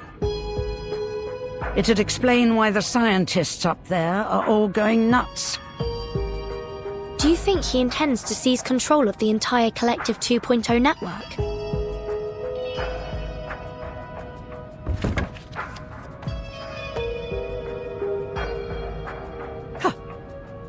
I knew this little project of Sechenov's would wind up with everyone insane or brain dead. Politician, scientist, journalist. No one is meant to have that kind of power. But it seems our Vanya already had a screw loose before he put on that thing. He could be plotting something far more dangerous. He was such a sweet boy. Why would he want to destroy this place? Whatever his reason, we can't let him get away with it. Our goal is clear. We must put a stop to him. That's easier said than done. We don't have an army, we don't even have weapons. How are we going to get to Maxim with a single shotgun between us? But I get the feeling you can help us with that, am I right? You're a smart kid. But what I've got probably still won't do much against an army of robots. Don't sweat it, Granny. That's where I come in. What are you planning?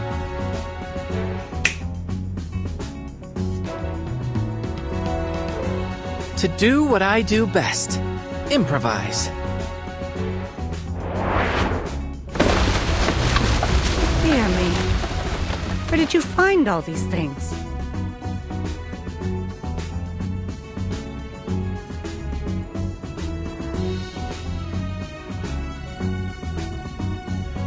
I collected them from the other rooms.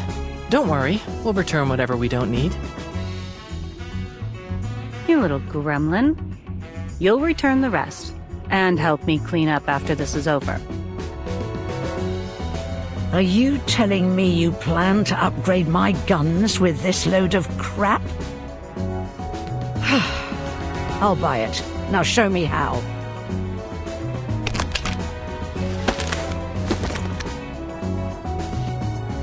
This should work. Give this one a try, won't you? Thank you.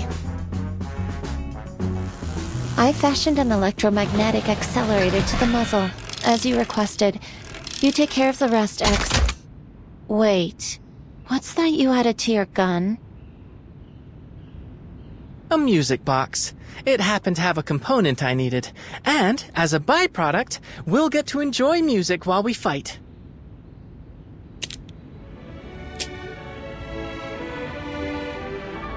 Why did you pick that song, of all things, boy? I didn't. It was already programmed into it. Why do you ask?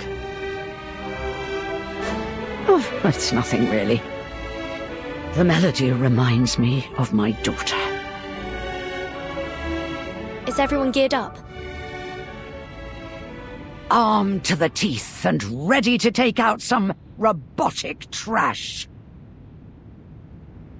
Just please, keep the fight away from this place.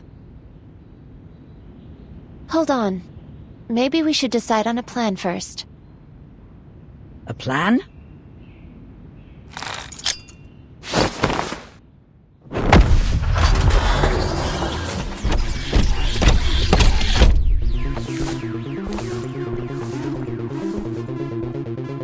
You wanted a plan, didn't you?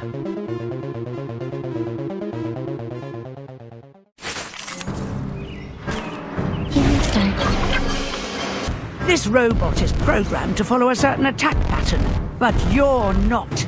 Improvise, kids. You're more than just scientists, that much is obvious. You're crazier and bolder than you look. There's a thin line between genius and madness. We tend to skip rope over it. I'll take that as a compliment of our mental alacrity, Granny. You kids remind me of my daughter. Enough pep talk. Let's take this hunk of bolts down. Hey! Please live up to my expectations, Carlos. How do you like that?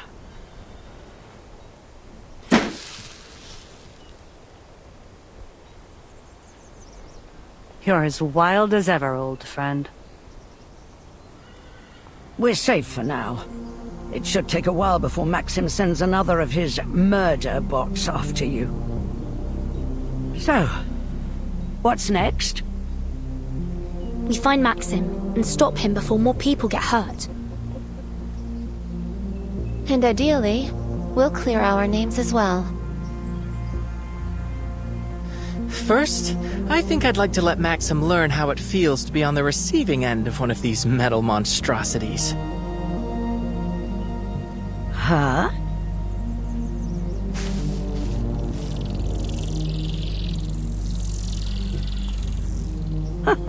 Clever. I wouldn't mind having a big angry metal puppy on our side. I appreciate Maxim leaving behind those documents. It's made it much easier to replicate his hacking exploits. Like that. Fantastic. Now let's turn on this speaker so you can communicate with us. Communicate with us? Like Nora and the twins? Fat chance of that. A Beliash doesn't have that kind of processing power.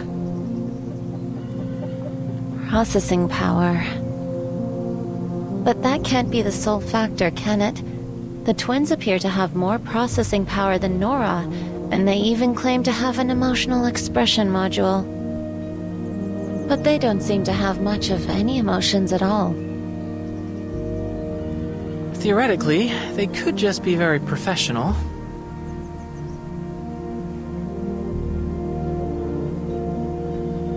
Never mind.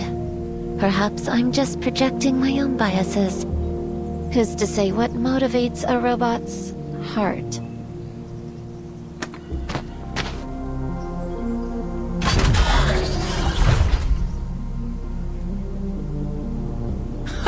Good boy. Come on over here, pup.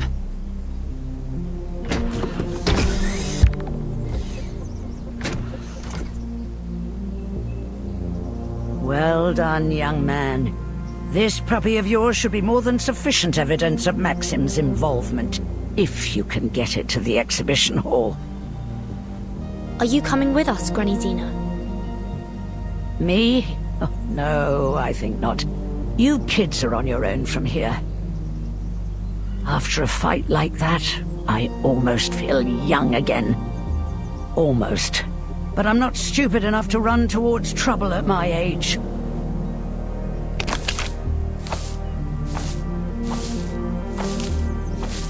Better get back to looking for that daughter of yours, right?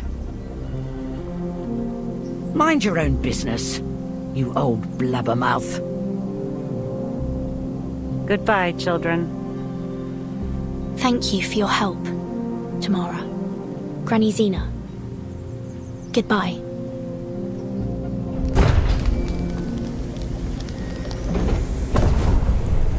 Let's go, pup.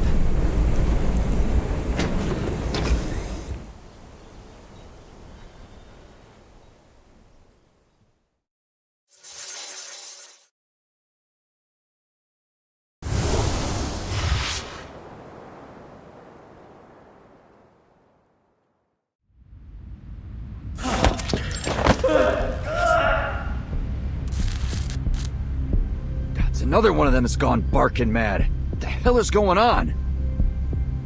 A little help here? Hold his legs down. Affirmative. Let me go! How many does that make so far? Based solely on our observations, this is the 7th individual to experience a serious psychiatric break. Crispy critters. Left. Are there any sedatives we can use on him? Think the repair vendor could synthesize some? The repair vendor has experienced a serious emotional malfunction, Comrade Major. Damn it. You mean that crazy fridge can't even repair herself?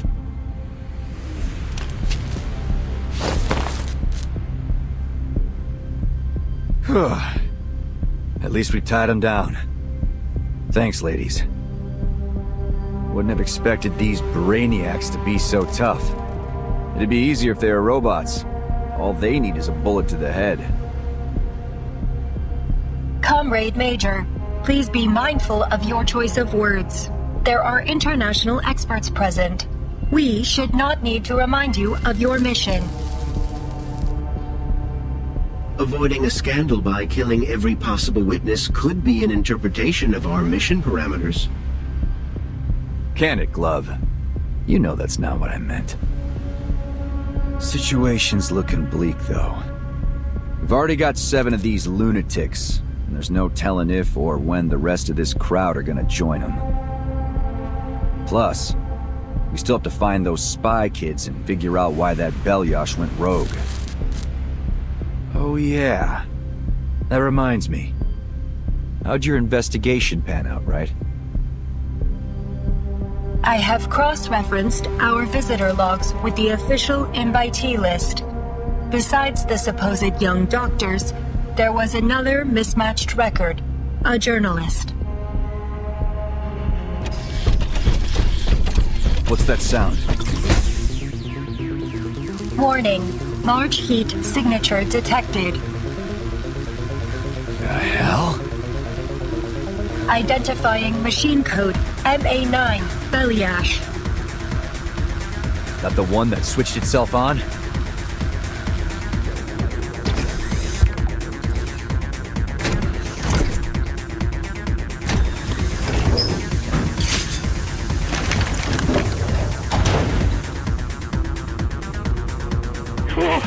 Please don't hurt me. Please Please, listen! Huh?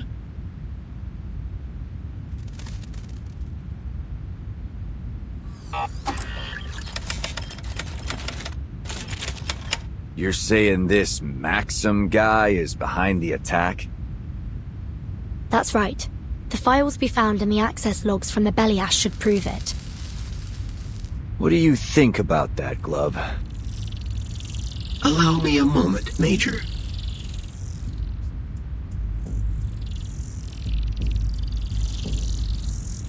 Analysis complete. There are 2 unauthorized access logs in the MA9's database. The access exploit used is materially similar to the one we found in Nora's log. But there is a newer entry, and it appears that the second hacker has left a program behind that I am unable to parse.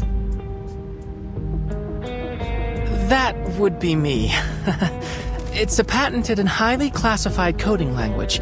I'd advise against removing it for now. Otherwise, Maxim might regain control. Looky here. This seems to be a record of how our guy broke into the network. Any clue if it's the same one they used to crack the database?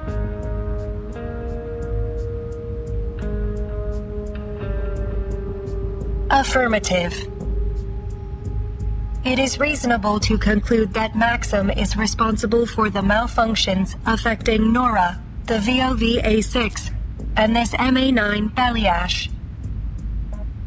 And therefore, that he is also responsible for the wider attack on the exhibition hall. If our foreign friends are correct, that may only be part of his plans. According to these files, he may also have tampered with the thought devices. So what's he aiming at? His already demonstrated sophistication with robotics suggests he could have easily adapted the thought device. To start with, he is likely using his own device to control the facility's robots remotely. But it's only logical to conclude his aim was to bring about an international uproar, to disrupt the launch of Collective 2.0. If that's the case, could he also have something to do with what's happening to the scientists? A reasonable hypothesis, to be certain. Crispy critters, we've jabbered enough. Let's just find this asshole and beat the truth out of him. Do we know his location, ladies? There have not been any registered turbine departures since the beginning of the attack. We can infer that the suspect is still somewhere within the confines of this platform. If he's still here, then he must have intended to observe things from a secure location. Is there a room in this facility where you might be able to monitor the entire exhibition center? Somewhere secure? Excluding offline locations. Analyzing security and monitoring feasibility. Conclusion: the power control room. Do we have some way to check if he's there? Affirmative. Provided the communication system linking these locations is not damaged.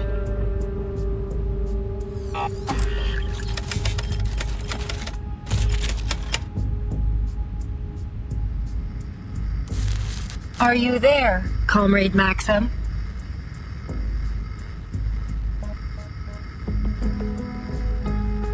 We must conclude that your attack on this facility and the staff here has some specific purpose or goal. Are you willing to open negotiations?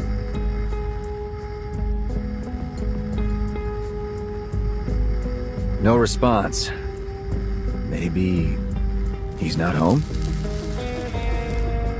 Comrade, you should be warned that... Maxim, we've been to your hideout. We know you were there recently. We saw things from your childhood there. Your belongings, the toys you played with, even your family photos. A woman there, Tamara, told us your real name is Vanya. I recognize your voice. Dr. Verton, I presume. You're wasting your time. And you don't have a lot of that left. You're about to get what you deserve. Every single one of you drooling lackeys of that hack Sechenov. I'm not going anywhere. So if you're planning to kill me, do it. But it won't stop a damned thing.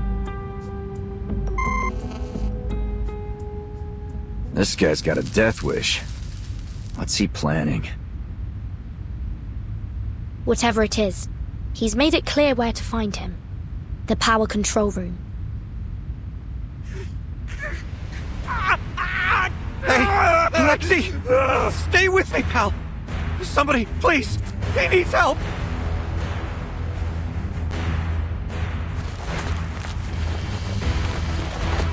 I'm here. What's happening?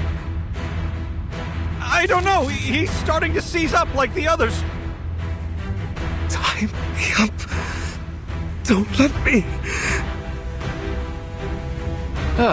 Yeah, got it.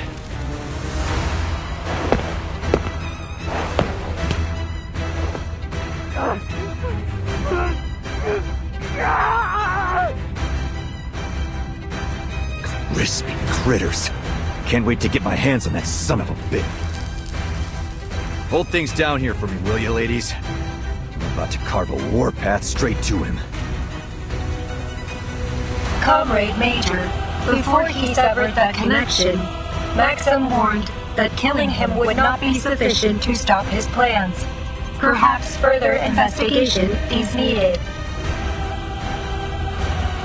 And what's your big idea? Wait around until all these eggheads crack? It remains a matter of critical importance that we determine the nature of their neurological distress.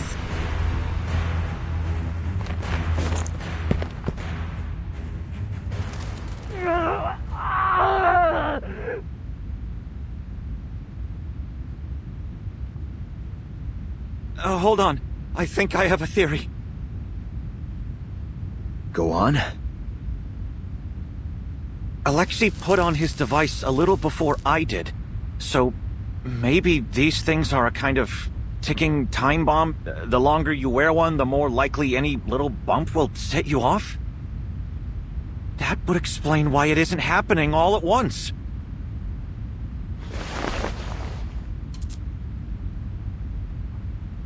But that means we're all in danger of going off without warning.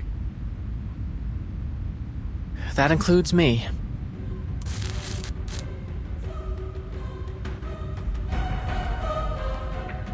There's no reason to think I'm immune. I polymerized myself and installed the device around the same time as they did.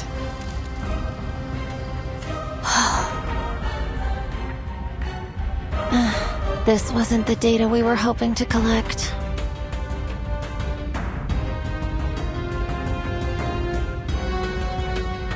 I know you wanted a deeper understanding of this world, but why did you take such a massive risk? Think about the ramifications. You could lose your mind. Or worse, your life. This is an absolute disaster. I should never have let things get this far. There's always a method to these things, Mesmer. We aren't finished yet.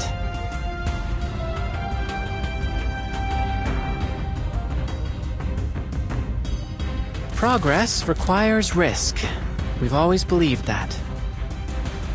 As researchers, we discover truth through experimentation. Now, we have one critical piece of the puzzle, and the minds to crack it. Are you suggesting we try to dissect a thought device to pinpoint how it causes these psychotic breaks? Precisely.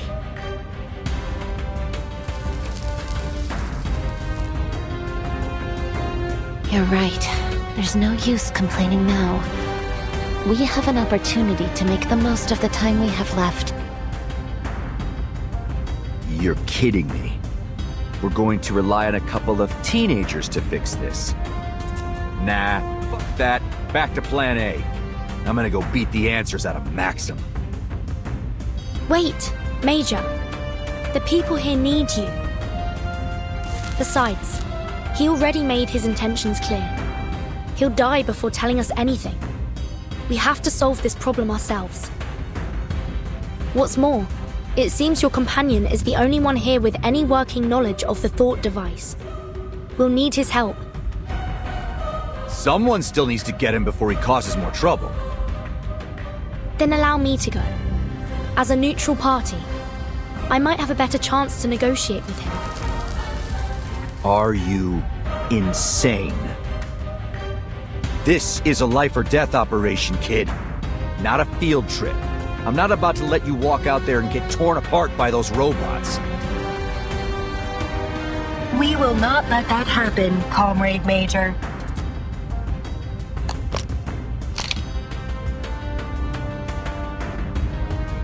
I know it may be hard to believe, but we're trained researchers. I was practically raised in the lab. We may have come here under false pretenses, but we're proven and capable scientists. We can handle this.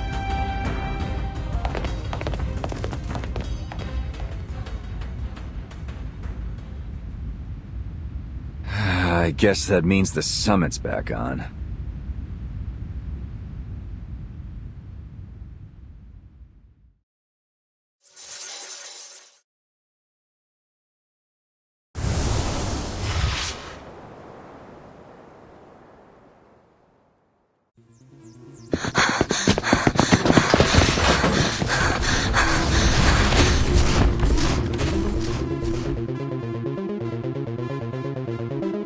The power control room is up this staircase. We must travel another 80 meters forward, turn left, and then reach the room at the end of the corridor. Our present speed may not be sufficient given the threat Maxim poses to the facility. Comrade, would you allow me to carry you? If that's what's needed.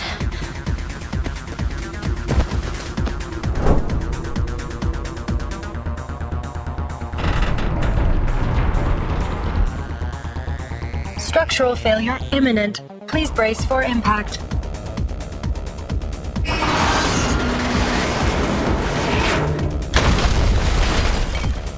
The sudden lockdown of that doorway is unlikely to have been accidental. Maxim may be aware of our approach.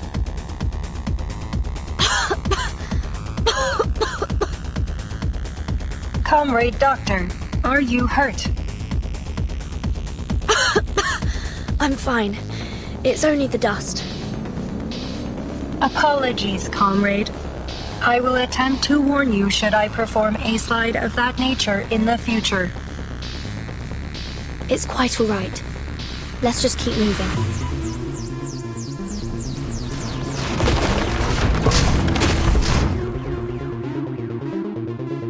Warning, large heat signature approaching from above.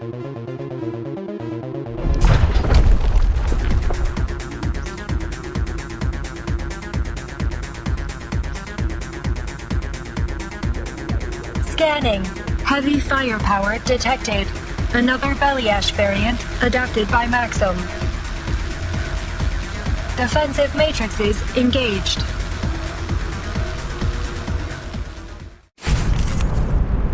Prepare to engage.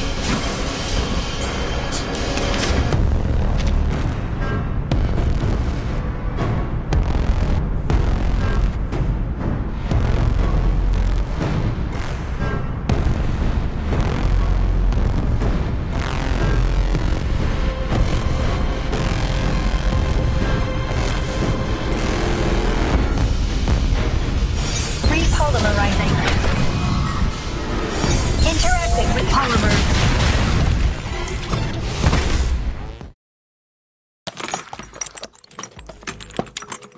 We have 2 unused thought devices to examine before we poke around in anyone's head. Let me see them.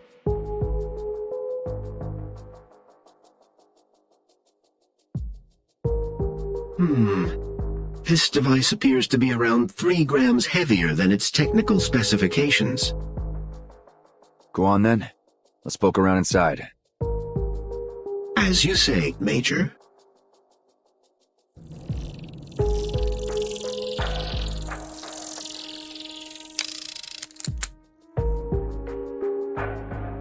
That is unusual.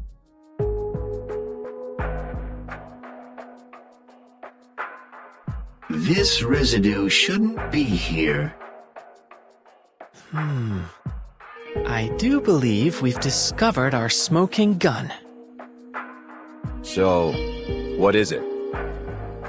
See that? Something broke apart when we opened it up, spilling out this gunk. Allow me to conduct a quick analysis. It's a synthetic compound. A dissolving capsule made of polymer-soluble material with a biogel inside. Oh, I understand now. Understand what? Enough with the suspense. Simply put, I believe Maxim inserted a capsule of polymer-soluble material into these thought devices. Once it makes contact with the user's own polymer, the capsule begins to degrade, breaking with time or pressure until it releases its contents directly into their bloodstream. Make it simple for me, Chuck. It's a poisonous time bomb. So, when it goes off, it shoots a crazy pill straight into their brains? We'll need to do further tests to determine its full effects, but it's possible that the toxin may ultimately be fatal. We don't have time for empty speculation, gentlemen. May I take a look?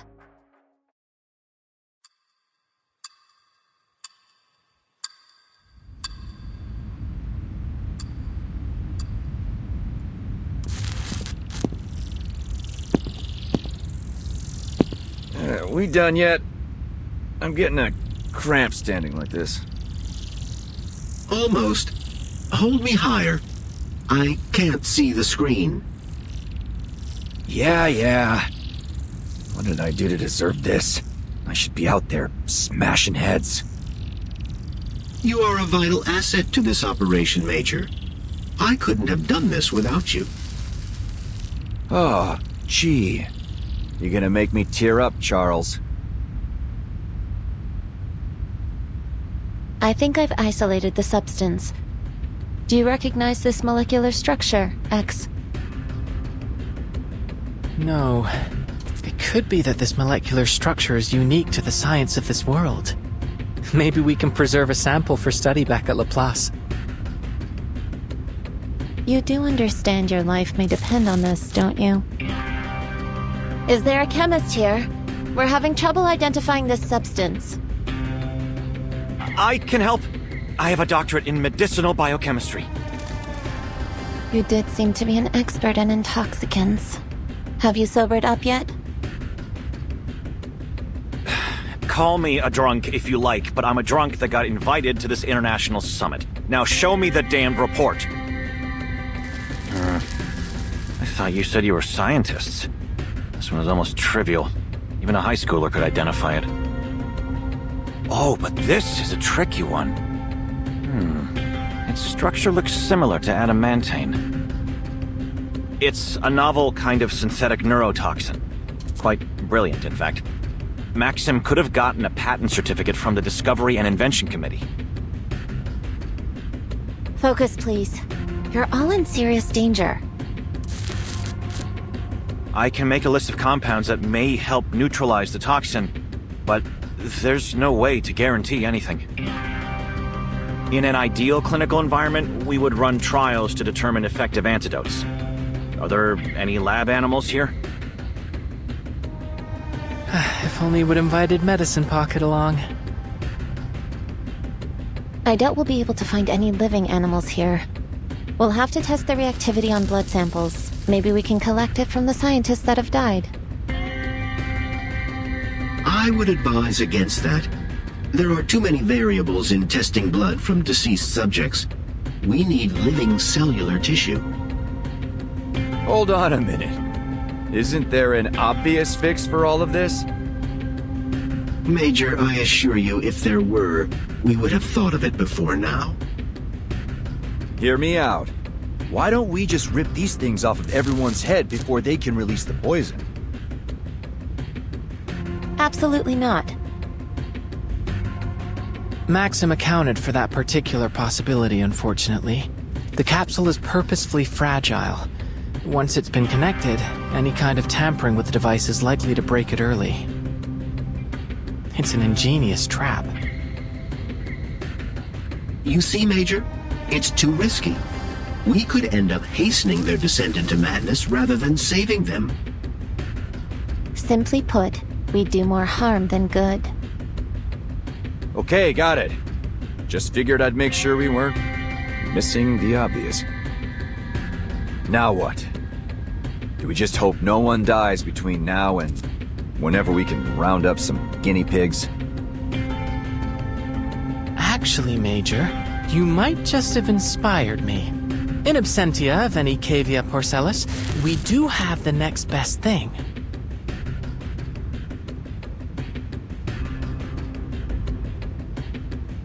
You're crazy. We extract a reduced dosage of the neurotoxin and inject it into me. Then, we test out the antidote systematically until one works. You already sound insane.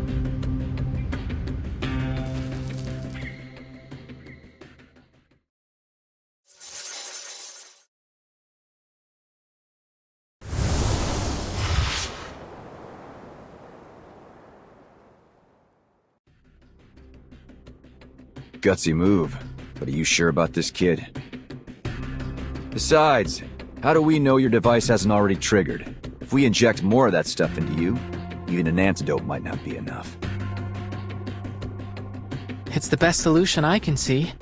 Given I only became polymerized earlier today, I should be especially sensitive to a polymer-based poison. My reaction will be easiest to observe in small, controlled doses. It's what Madame Lucy would do. No, it isn't. She would never approve of such an irresponsible act of self-sacrifice. Nor will I. Let's just hope that Vertin can convince Maxim to give up an antidote. I won't allow you to gamble your life on this while there is still a chance to find the solution another way.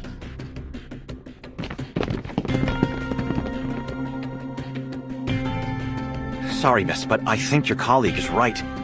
Dangerous as his plan is, we don't have time to wait. Every minute that passes, more of us could be exposed. This is exactly what I was afraid of, X. Your irresponsible nature is practically infectious. You just had to drag this whole world down with that special brand of arcanist madness. Hold on, Mesmer. I didn't set off this chain of events. Call me a mad scientist if you like, but I don't deserve the blame for what's happening here. I don't care who's to blame. I still won't let you do this to yourself. This isn't the time to argue, kids. Maybe you're infecting me with arcane madness, or maybe the poison already got to my head. Doesn't matter. I'll do it. I'll be your guinea pig. Besides, I've put myself through regular trials of intoxication for most of my life. What's another neurotoxin? That's not the point! No, it's not. The point is that I'm not letting a kid put himself on the line on my account. My vision's starting to get blurry. Good bet I'm already exposed, so let's get on with it. If that's the case, we may as well try. But I'm not happy with it.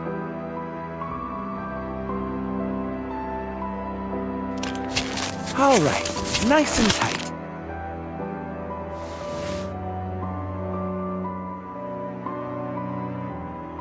Hey, kid. You don't have to do this yourself if you don't agree.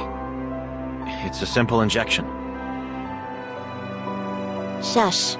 I'm the only other person here with medical experience. I would never have allowed anyone to do this back home.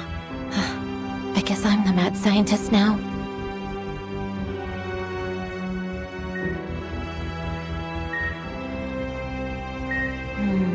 Your body temperature is rising, likely a reaction to the toxin or the antidote. How do you feel? My limbs are numb, and my eyes are losing focus. Feels like I'm staring up at the northern lights. First antidote not working. We'll observe you over the next 5 minutes and then try the next one. Mesmer? What now? We're doing what you wanted, aren't we? Just leave me to my work.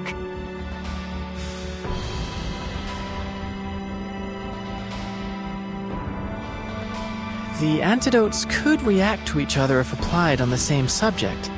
So, why not try the next one on me? It's about time. I'm beginning to experience symptoms. Diplopia, nausea, the works. You better come back with a solution, Burton.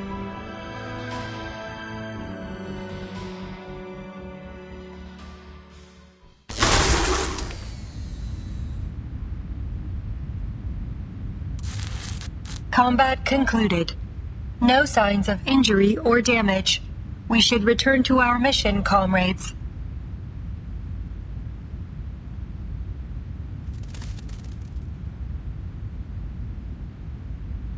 Left. Are you all right? Running diagnostic. Are you hurt? Negative. Test complete. All systems functioning. We can proceed. The breach in the ceiling will allow us to compensate for lost time.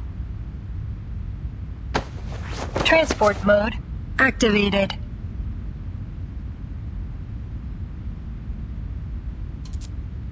Again, please brace for impact. Not to worry. I feel quite safe in your arms. I am pleased to hear that, Comrade Doctor.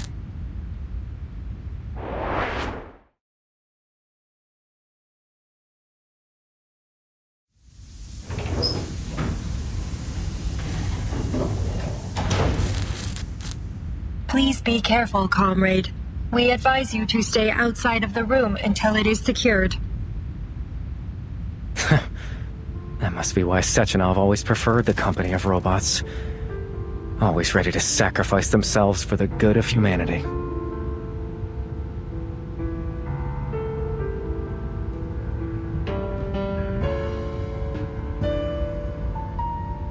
I wonder what you really think. Do you see other robots as your people? Does that emotion module of yours prick with doubt or pain when you see your kind die? We are not obligated to answer your questions, Maxim. Oh. I suppose the real question is, can a robot truly even die? Ah, that's a question that would have fascinated me when I was younger. Maxim, what did you do to the thought devices? What makes you think I would tell you?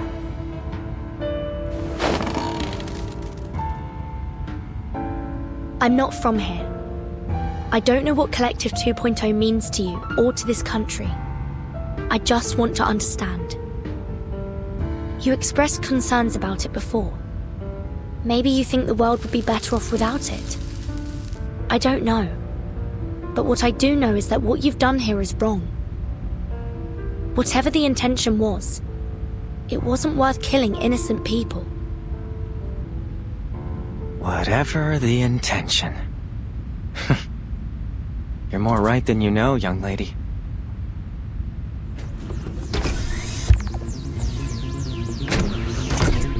But I'm not special. Making ends justify the means. That's just the way we do things here. Haven't you figured that out?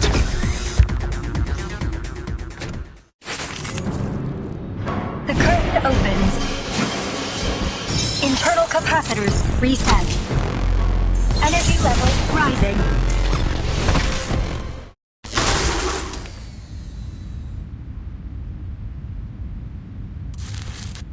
Target down.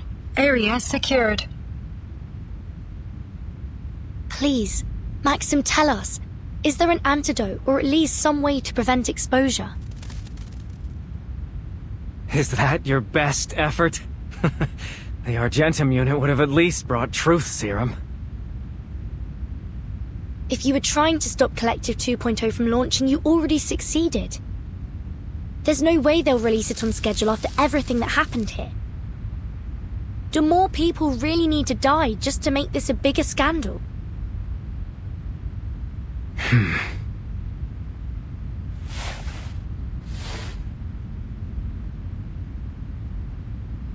Sechenov deserves every punishment coming to him. But you're right. I never wanted people to suffer in vain. There is an antidote. Abnormal heart rhythm detected. Comrade Doctor, be careful. He may be engaging in deception. It's all right. Please, Maxim, just share it with us.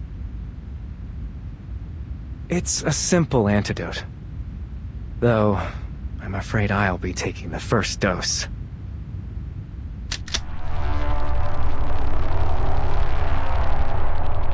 One shot of lead to end the suffering of a hopeless man in this hopeless country!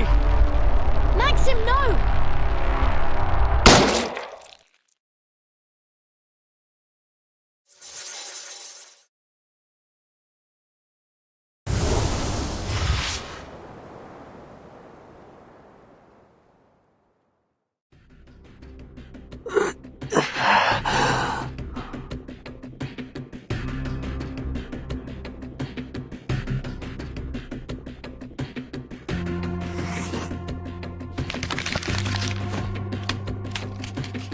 Atropine, vinactazine, pralidoxime. We've almost tried everything. Maybe obidoxime? We'd have to be extremely careful with the dose. It worked! We found it!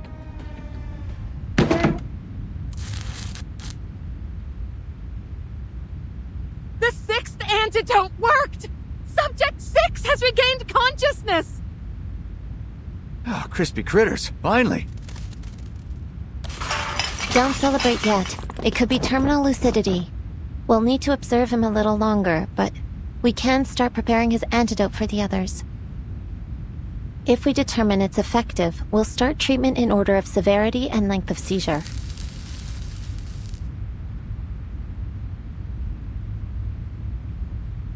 Phew. That's an immediate amelioration of symptoms. I think we've found our winner. It's strange. I can almost feel the polymer reacting inside me. It's possible that you're more sensitive to the treatment, just like you predicted. I think you may have saved my life, Mesmer. Just don't ever make me have to do this for you again. No more random injections. Got it? That's asking a lot for a Laplace researcher, don't you think? This isn't Laplace. You really can be insufferable sometimes. What happened to the power? Is anyone using a respirator? Get them on a backup immediately. It's not the power. Everything's still running. Self-destruct sequence activated. Countdown. 15 minutes. Self-destruct sequence? Mesmer Jr. and Little X. Mesmer Jr. and Little X. Your parent is waiting for you at the power control room. Repeat. Your parent is waiting for you at the power control room.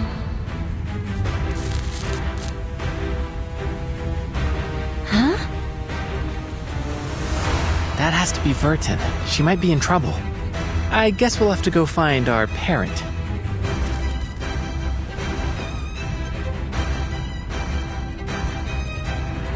Looks like I don't need to worry about your condition. Are you sure you're ready for action? Absolutely. Just as long as you don't expect me to be as dexterous as the twins. But what about the other patients? We've got things handled here. We even got the drunk back on his feet. Just go.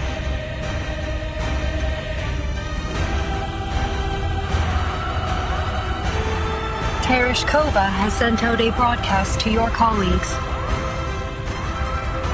A large number of Maxim's robots appear to be leaving their patrol routes. Given the circumstances, any attempt at evacuation will be a significant risk. Should we proceed? We have to do whatever we can to preserve lives. Understood. I will attempt to locate suitable vehicles within the facility. Comrade Doctor, your friends will arrive in 3, 2, 1.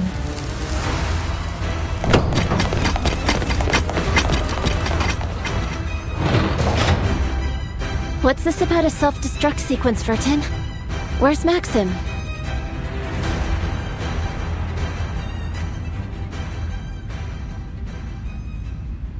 I couldn't stop him. The sequence was activated as soon as he died. It appears that Maxim programmed a tripwire into the facility's self-destruct protocols. The only way to abort the procedure is to enter the administrator password, which has been altered. Speculation. And only Maxim knows the password.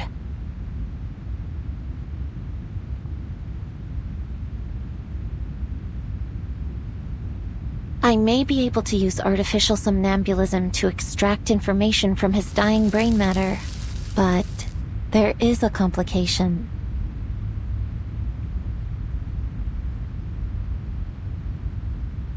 Let's hope he didn't destroy his hippocampus. He's been polymerized, right? We already saw that it preserves some measure of the individual's brain activity after death. But we can't possibly predict how artificial somnambulism would interact with a technology like that. And even so, we know that the polymer doesn't preserve life. It only extends a limited imprint. We can't be sure of the extent or even the stability of Maxim's memories. Diving into a dead man's dreams, even if we were fully equipped, and we're not, we could still end up lost in it. Nevertheless, what other option do we have? So, I'll play the mad scientist yet again. It's becoming a pattern working with you two. X, I'll need some improvised equipment. I'll make a list. I don't care if they run on a hamster wheel or marbles running down a course. Just make them functional. I'll facilitate your every expectation. Left, would you mind giving me a hand? Searching for keywords. Artificial somnambulism. 0 results found. But I am at your service, comrade doctors. First, we need a glass harmonica. Is there one here? Unfortunately, the Polymer Exhibition Hall does not contain any musical instruments of that variety. But it's essential for artificial somnambulism. X, can you build it? Sure. Give me 4 hours and a room the size of a football field. This isn't the time for jokes. Left, could you find a suitable substitute? Searching for exhibits with similar functions and potentially useful raw materials.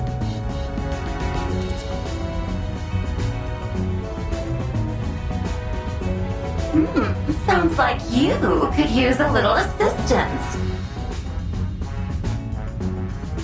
I can make you a glass harmonica, just so long as you give me what I need. Nora, I thought you were out of commission. Truth be told, I've been trying to get out of this place since the self-destruct sequence started, but I'm trapped here, alone and unloved. If only some handsome hero were around to carry me to safety. But since I don't want to die surrounded by a bunch of brats, how about you help a girl out and feed me? We'll need as much glass as we can find.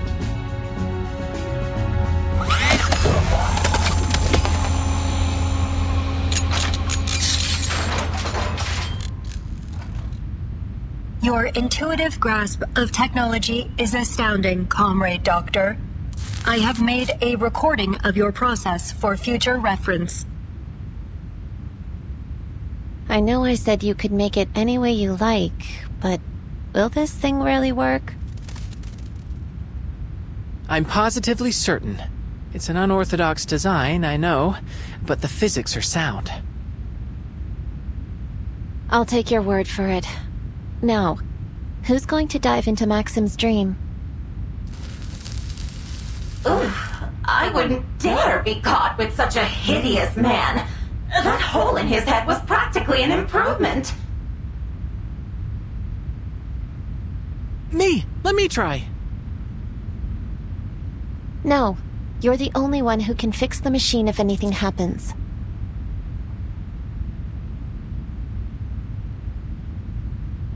I'll go. I have experience dream diving. You may require the assistance of someone familiar with polymer-based technology. With your permission, I will accompany you, Comrade. It should be possible to send you both. I've created an interface on the device that Left can plug into directly. I suggest against it. We can't afford to lose both of you. Your concern is noted, Miss Mesmer. But the risks are greater if either of us goes alone. I'm going to need a long vacation after this. Verton, put the helmet on. Left, plug in. There may be a brief tingling sensation, but don't panic. It won't last. A tingling? Yes, one of the side effects of artificial somnambulism. Understood. Ready to connect. We trust you, Mesmer Jr. X. Appreciate it, Verton. I'll fortify the room as best as I can. We should be able to hold out for now. All right. I'll guide you in.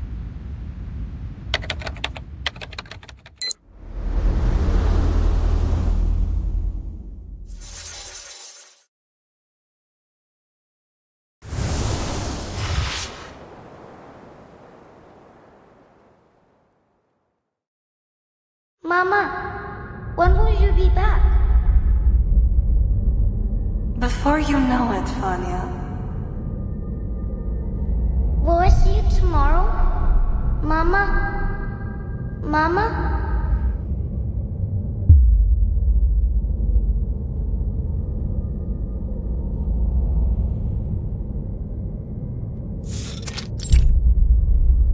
Can you hear me, Verton? As I feared, the dream is unstable.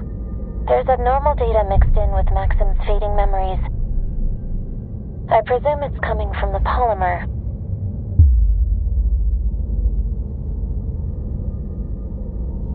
I hear you, Mesmer. I think the room I'm in must be Maxim's home. This dream is likely to be different from anything you've ever handled before. I don't know what lies ahead. I'll be ready. Just keep things running up there.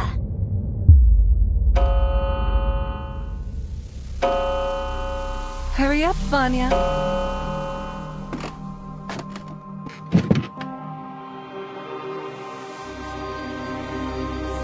You'll have to head straight to school after breakfast.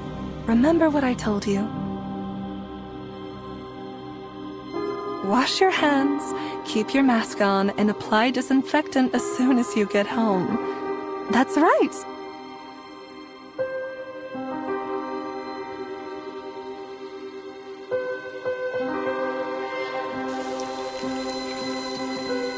No, Mama probably won't be home tonight.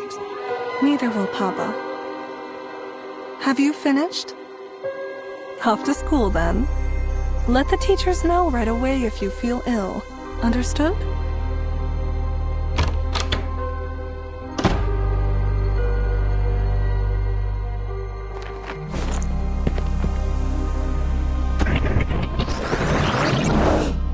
Hurry up, Vanya.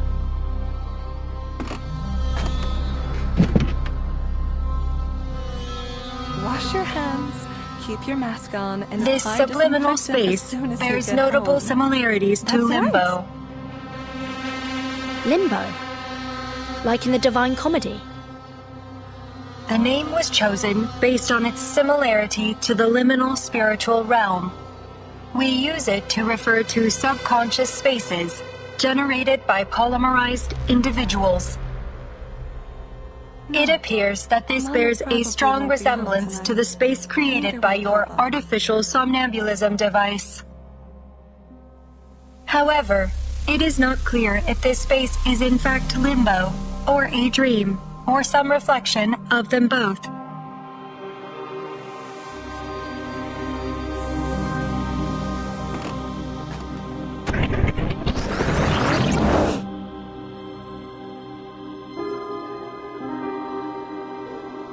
We're on a deadline, remember? We need to induce Maxim to recall his password. As soon as you get home.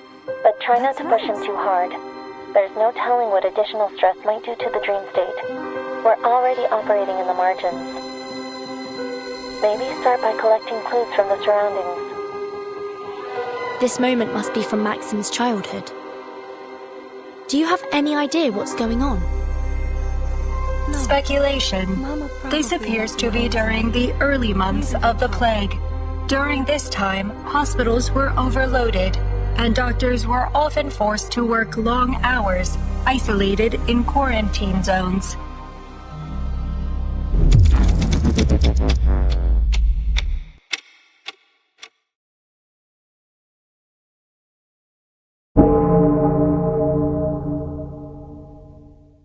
Do you hear that? They are announcing funerals, Comrade Doctor.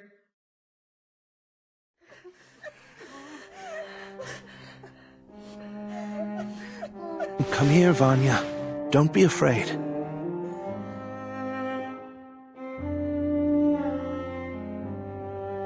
That must be Maxim's father.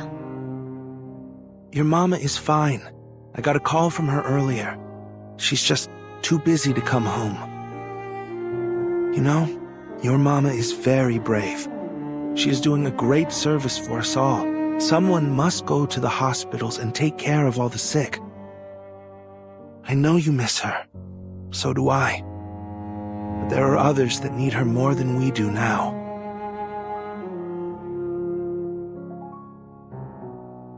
Now your papa has a job to do too. So you must stay here and take good care of yourself until we get back. Don't worry about me, son. I'll send our little robot round to say hi whenever I can.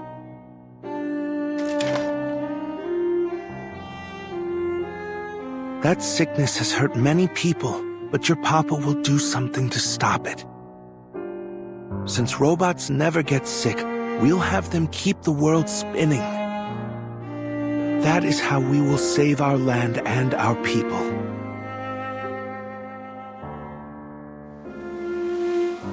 Promise me, you'll take good care of yourself, Vanya. The number of deaths had already exceeded 20 million at this point. Soviet society was on the verge of collapse. And the death toll continued to rise until Dr. Sechenov helped to invent the redemption vaccine using his polymer.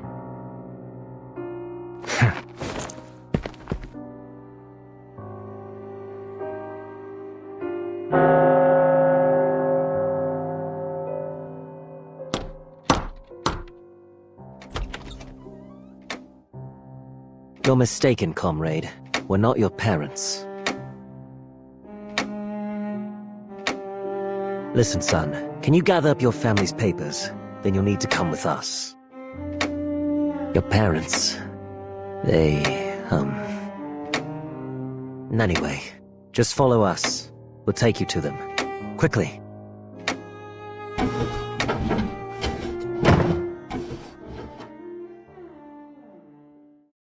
I think that might be all that's left of his memories.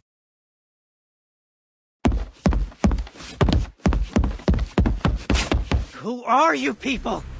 Leave me alone! Maxim, you can still save lives before it's too late. It's time to let go. Why? Why?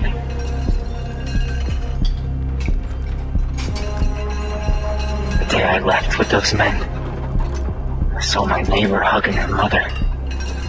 She was back from the hospital.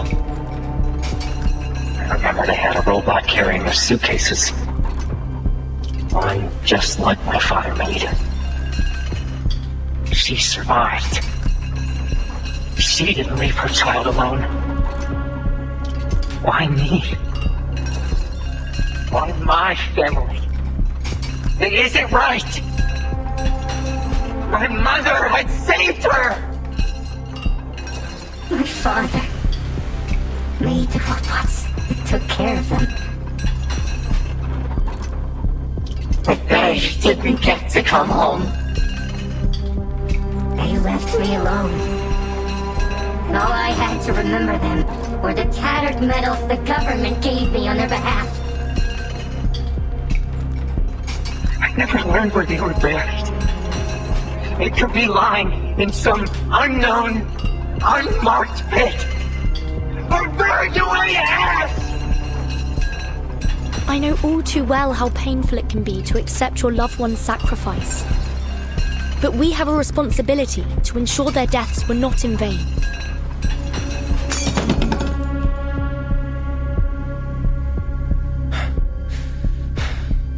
A few memorials, a few medals, and things changed. People stopped remembering. They started saying that it was the collective that saved them. That's right! The collective!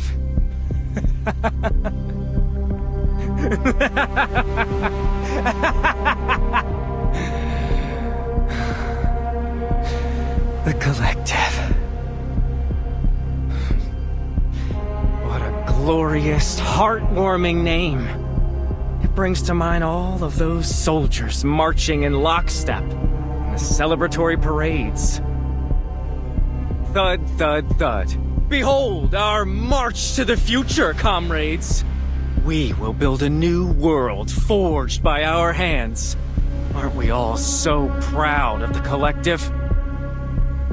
People's heads became filled with these lies. They forgot all that we had gone through. Or maybe they just wanted to forget. Then the monuments changed. Suddenly, they all had his face, his name. There was no room for any others. Names became mere statistics. Mothers and fathers, children, dead and forgotten in their millions. But not him. He was Dr. Sechenov, inventor of polymer, savior of the Soviet Union. Over and over, all the glory, all the praise, everything went to him and his damned polymer!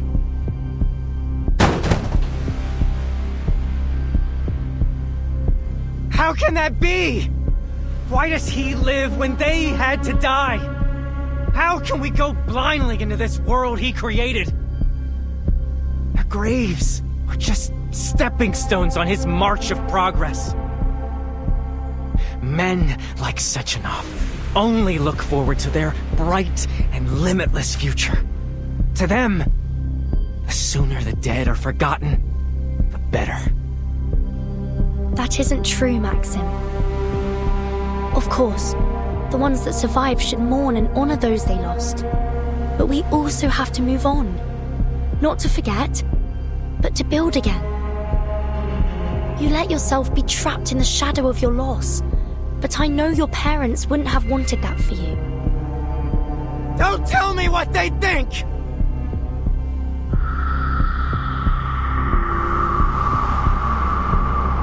It's easy for people like you to think that, to pretend that a few kind words are enough to bury the dead.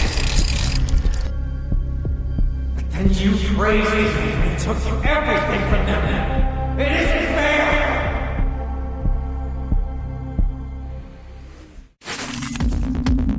The curtain opens. Virgin, are you alright? I'm reading a massive shift in the dream space. We're fine for now. It's just Maxim trying to stop us from exploring his memories. I hate what this society has become. They forget so easily. Those pocket watches are whispering something. Don't listen to them. If they impact your emotional state, it could have unpredictable effects on the dream. Please remain calm. My attacks have been nullified. Maxim's threat level has increased. For your safety, please stay close, Comrade Doctor. They deserve to feel all the pain they tried to bury. It's only fair. His condition appears to be deteriorating. Friendly reminder, your emotional disposition may influence the dream's stability over time. Keep steady. Understood. We'll do all we can to pacify him as soon as possible.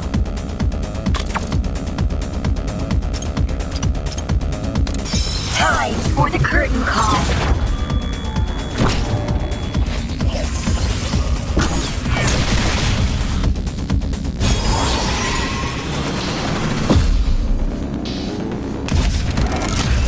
Quiet, please remain.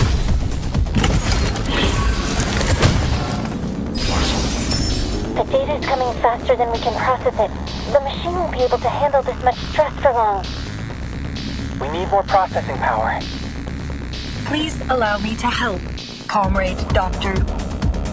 Searching for computational power call protocols. Search complete.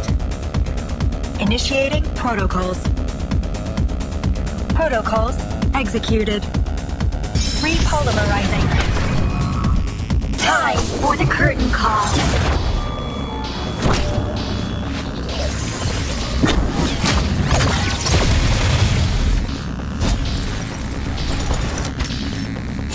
No!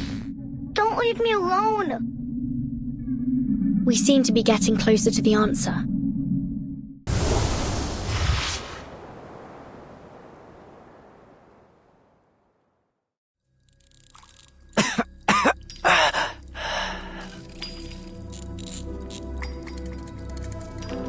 I have a son your age.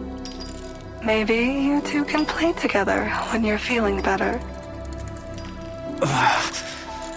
No.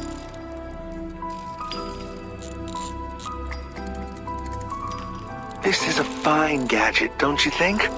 Maybe we should install it in our robot's head. We're so very grateful. Thank you. Thank you for not abandoning us.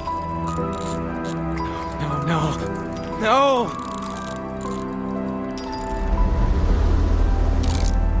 Papa? Mama? Vanya, has our country survived? Yes, Mama. People are even growing flowers again. I picked your favorites. But I couldn't bring them to your funeral. Are you taking good care of yourself? What is life like now? Are the people happy? Life is... I wish I could see all the latest technology. What can robots do now? It's all so wonderful, Papa. Mama.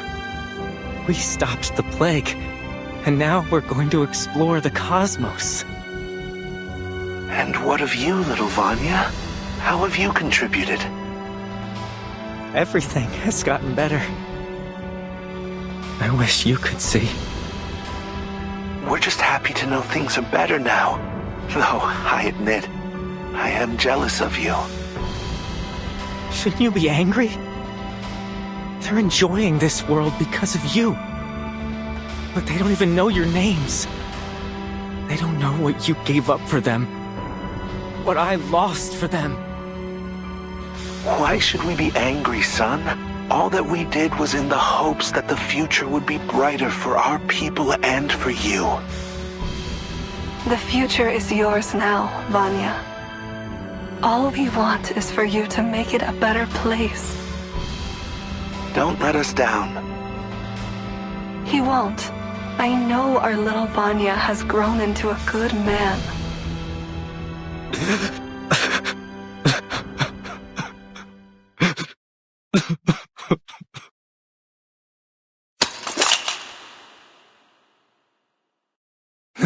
No. Mama, Papa, don't go. They have to go, Maxim. That's just the way of things. But you can choose to let them inspire you instead of dragging you into despair. Don't push too hard, Vertin. He needs time to process things.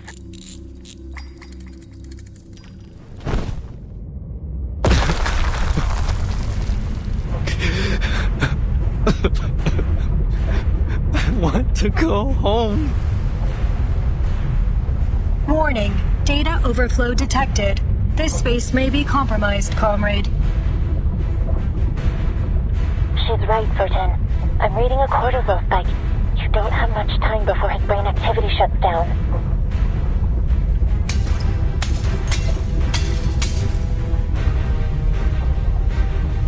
I need to go home. His dream state might collapse at any moment. You need to get out of there. Not without the password. Is there anything else we can do? Absolutely not. Your safety is top priority. Find somewhere secure now. I'm dragging you out. Wait, that fluid must be polymer. It might still have an imprint of his memories. It's our last chance.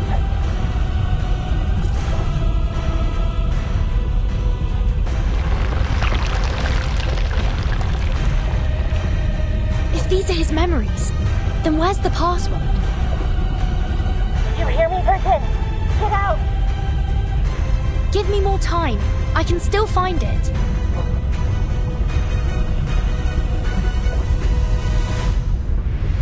Comrade Doctor, you must leave. I will continue the mission. What do you mean? How? My sensors and processing ability are more efficient than yours, comrade. I will have a higher chance of retrieving the password in the time we have left.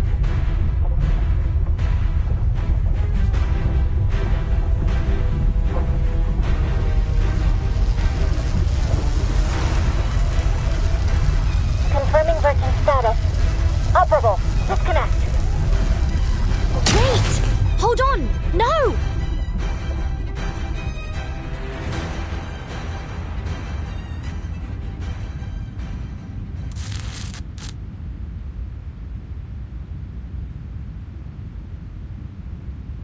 Damn, you actually made it. That's some good news, at least. P3? What are you doing here?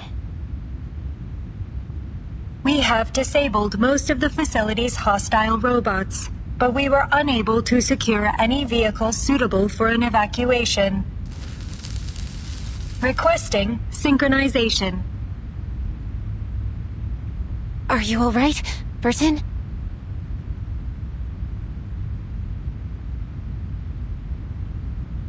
I'm alright, Mesmer. But Left is still inside. Before I got out, she... Synchronization complete. Please allow me to provide help.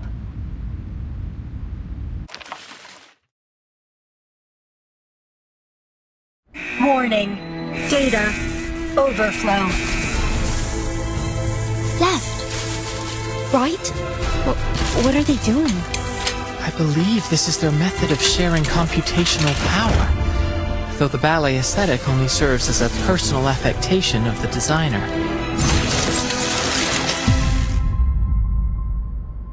Watch out!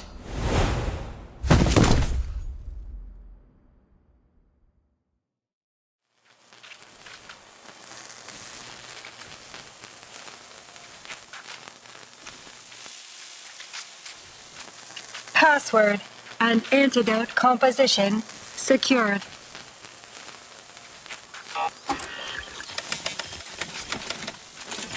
Self-destruct sequence terminated.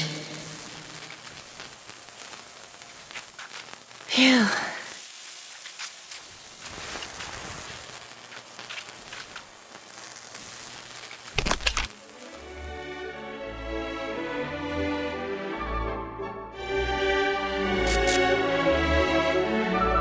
What is it? Are you all right? That song. My emotion module is experiencing a reaction to it. However, I am unable to discern the programming that explains this reaction. Has my programming been corrupted, or do I remember it from somewhere? Please, comrade, may I listen to it again? It's a beautiful song, isn't it? I suppose even a robot might find it touching. Touching, yes. Added to database. Something's irked me this entire time. If the twins were able to access artificial somnambulism, that must mean they have a consciousness. Perhaps they can even dream. Were we still within your artificial somnambulism? Or was it only limbo after all? Can I dream? Of course you can. Bots like you and Charles gotta have feelings, right? Why else would he be such a pain in my ass? Seems like a question for another time, though. You two should get yourselves repaired. I don't want the boss to blame me for you ladies falling apart. Damn. There is something familiar about that song, isn't there?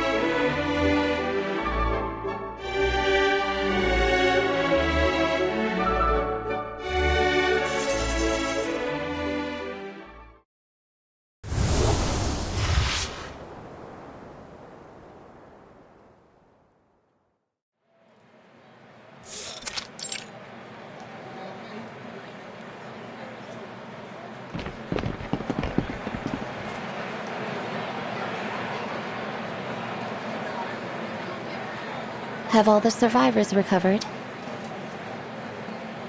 Yeah, seems like the government is still reeling from the diplomatic fracas, and they've locked down the exhibition hall. But the worst of it is over. No news about the twins, though. I hope they're all right. They're actually coming to pick us up.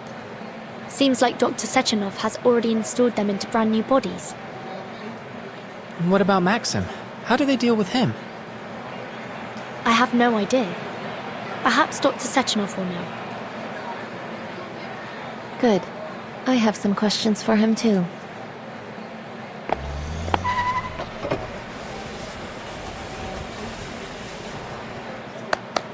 If it isn't our young scientists.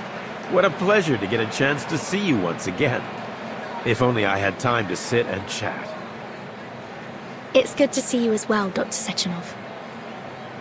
I am dreadfully sorry to have dragged you into all this, comrades.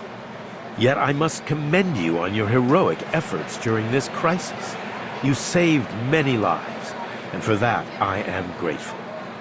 Would you allow me the honor of shaking your hand?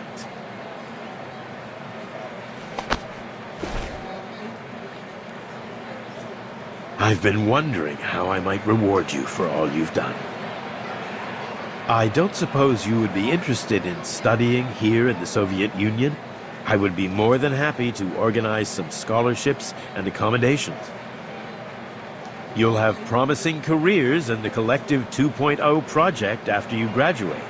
A bright, limitless future awaits. Of course, we're extremely grateful for the offer. Unfortunately, we have to return to our home soon.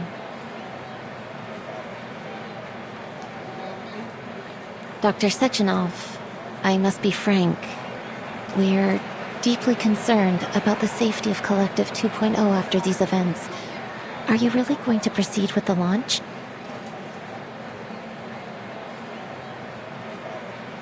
Naturally, this Maxim incident has forced us to look deeply into the security of the network. There are no words to express my regret in not anticipating these possible security issues earlier.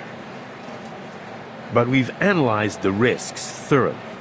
My colleagues are already hard at work closing the system backdoors that were used, and we've built in an early warning system to detect similar attempts in the future. I'm entirely confident that these measures will allow Collective 2.0 to launch without any further risk. But we cannot step back from the march of progress. The potential benefits to our people and our nation's development demand we press onwards.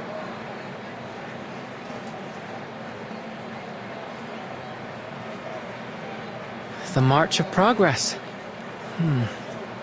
I admit it will be a revolutionary paradigm shift, if it works.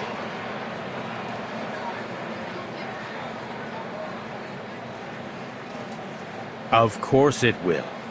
We stand on the threshold of a perfect society, the goal of my life's work, and that of every Soviet scientist. One more thing, Dr. Sechenov. It's about Maxim. His body has been taken care of. As for the loose ends, we're still discussing the matter internally. I hope to find a resolution that satisfies everyone. The question remains how he accomplished this attack. Someone must have backed his play for their own purposes, and I suspect I know who. Molotov and I have always had differences. Oh, my apologies. It's nothing to trouble you with. Please enjoy the celebration. You must excuse me for not accompanying you further, but I'm sure you understand I have a busy schedule ahead. We appreciate your hospitality. Goodbye, Dr. Sechenov. Goodbye, young scientists. I look forward to hearing about your future achievements.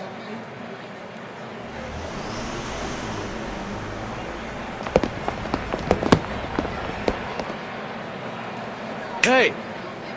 Over here! Huh?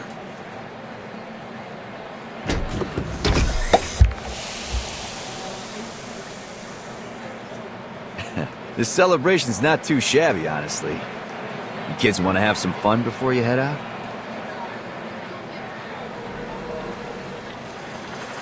Three sodas, please. If I've got the memo right, the boss is gonna give a big speech before the launch.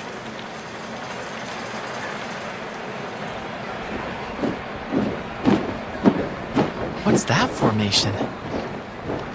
Let me see. The banner says, "Families of Fallen Heroes." In memory of those who sacrificed everything for the Soviet Union.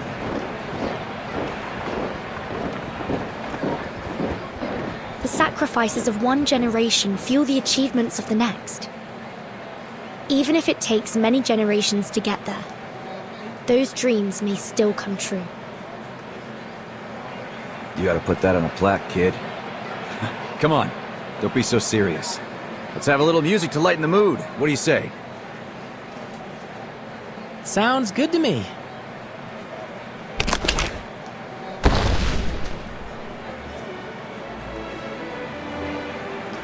You rigged that up in the hospital? Gotta admit, that's impressive. I thought I was a firearms expert, but you managed to make a gun work better with just a music box. You gotta teach me your tricks. Well, it's kind of a patented technique.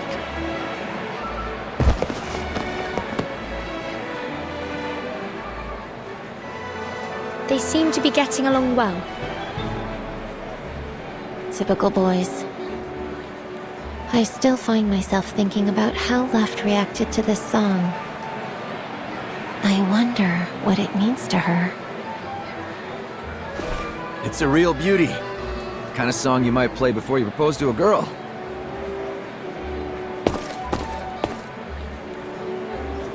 What's it called?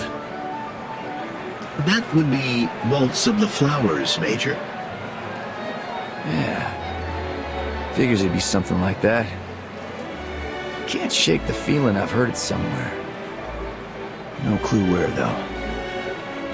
It is a popular song. I wouldn't be surprised if you had heard it before. Nah, it's more than that. It's sticking to me. Like it meant something to me before I lost my memory. Maybe I really did propose to someone with that song. I can only imagine they chose the song then.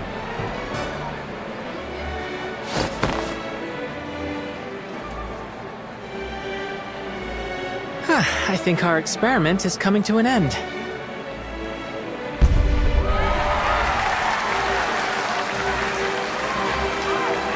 Mama, it's my balloon! Which one? I don't know which one, but where are they going? To the future. Have you decided on a souvenir for Madame Lucy? Well...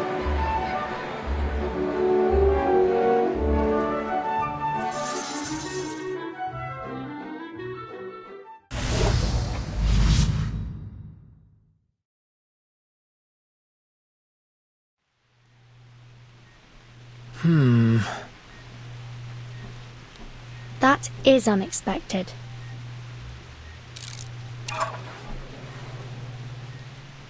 Is this the hydrogen cell that you mentioned? It does have a very unique appearance for a power cell, though I take it that this may be a consequence of the alternate technology involved.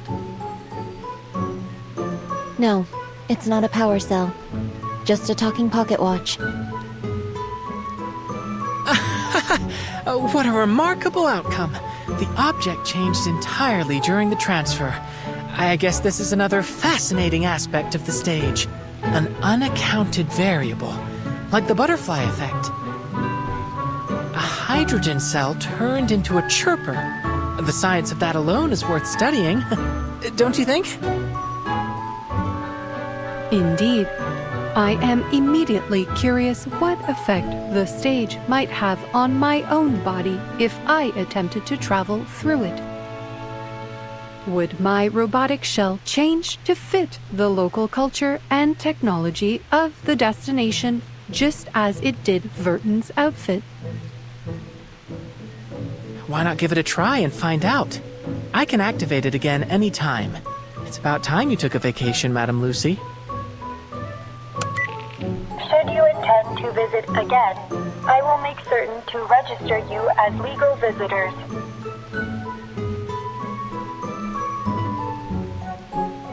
Thank you for your offer, but I am afraid I have to decline.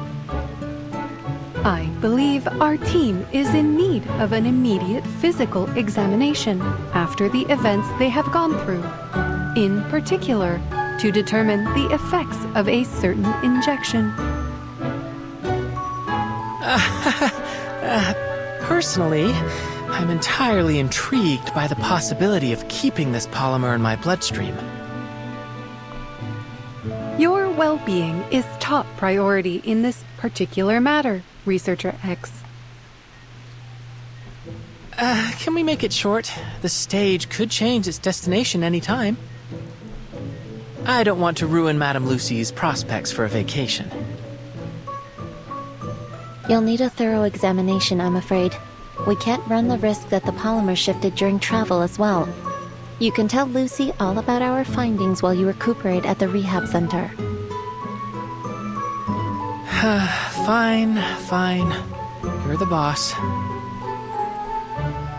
While I am intrigued by the prospect of traveling, the changing destinations of the stage do not follow fixed patterns. I am willing to roll the dice, as you might say. I'll get X to the rehab center and make sure he stays put. Why don't you spend some time here while you can, Madame Lucy?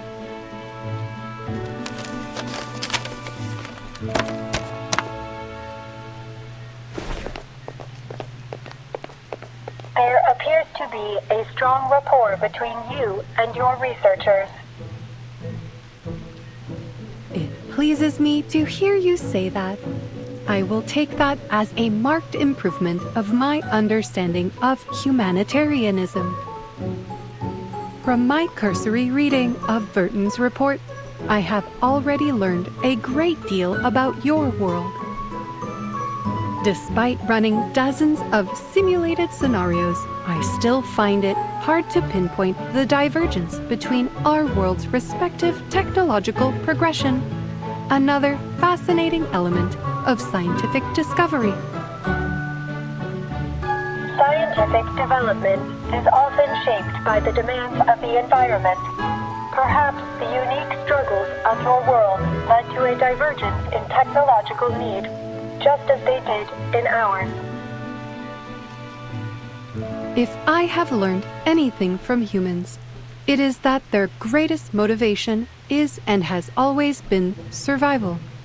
It is admirable, even if it can lead science towards destructive paths.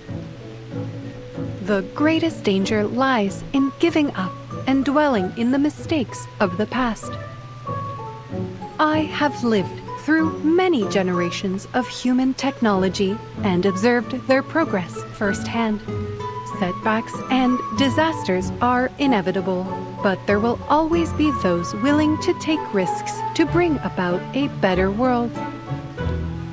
Innovation is a process that feels in many ways like laying track before a speeding train. Too often we only see the hazards ahead when it is too late to change course. But as long as humanity survives, they will learn from those harsh lessons and overcome. Analysis. Your theory of human progress bears a strong resemblance to the process of natural selection. Perhaps so. But the random dictates of genetic mutation are a much slower process.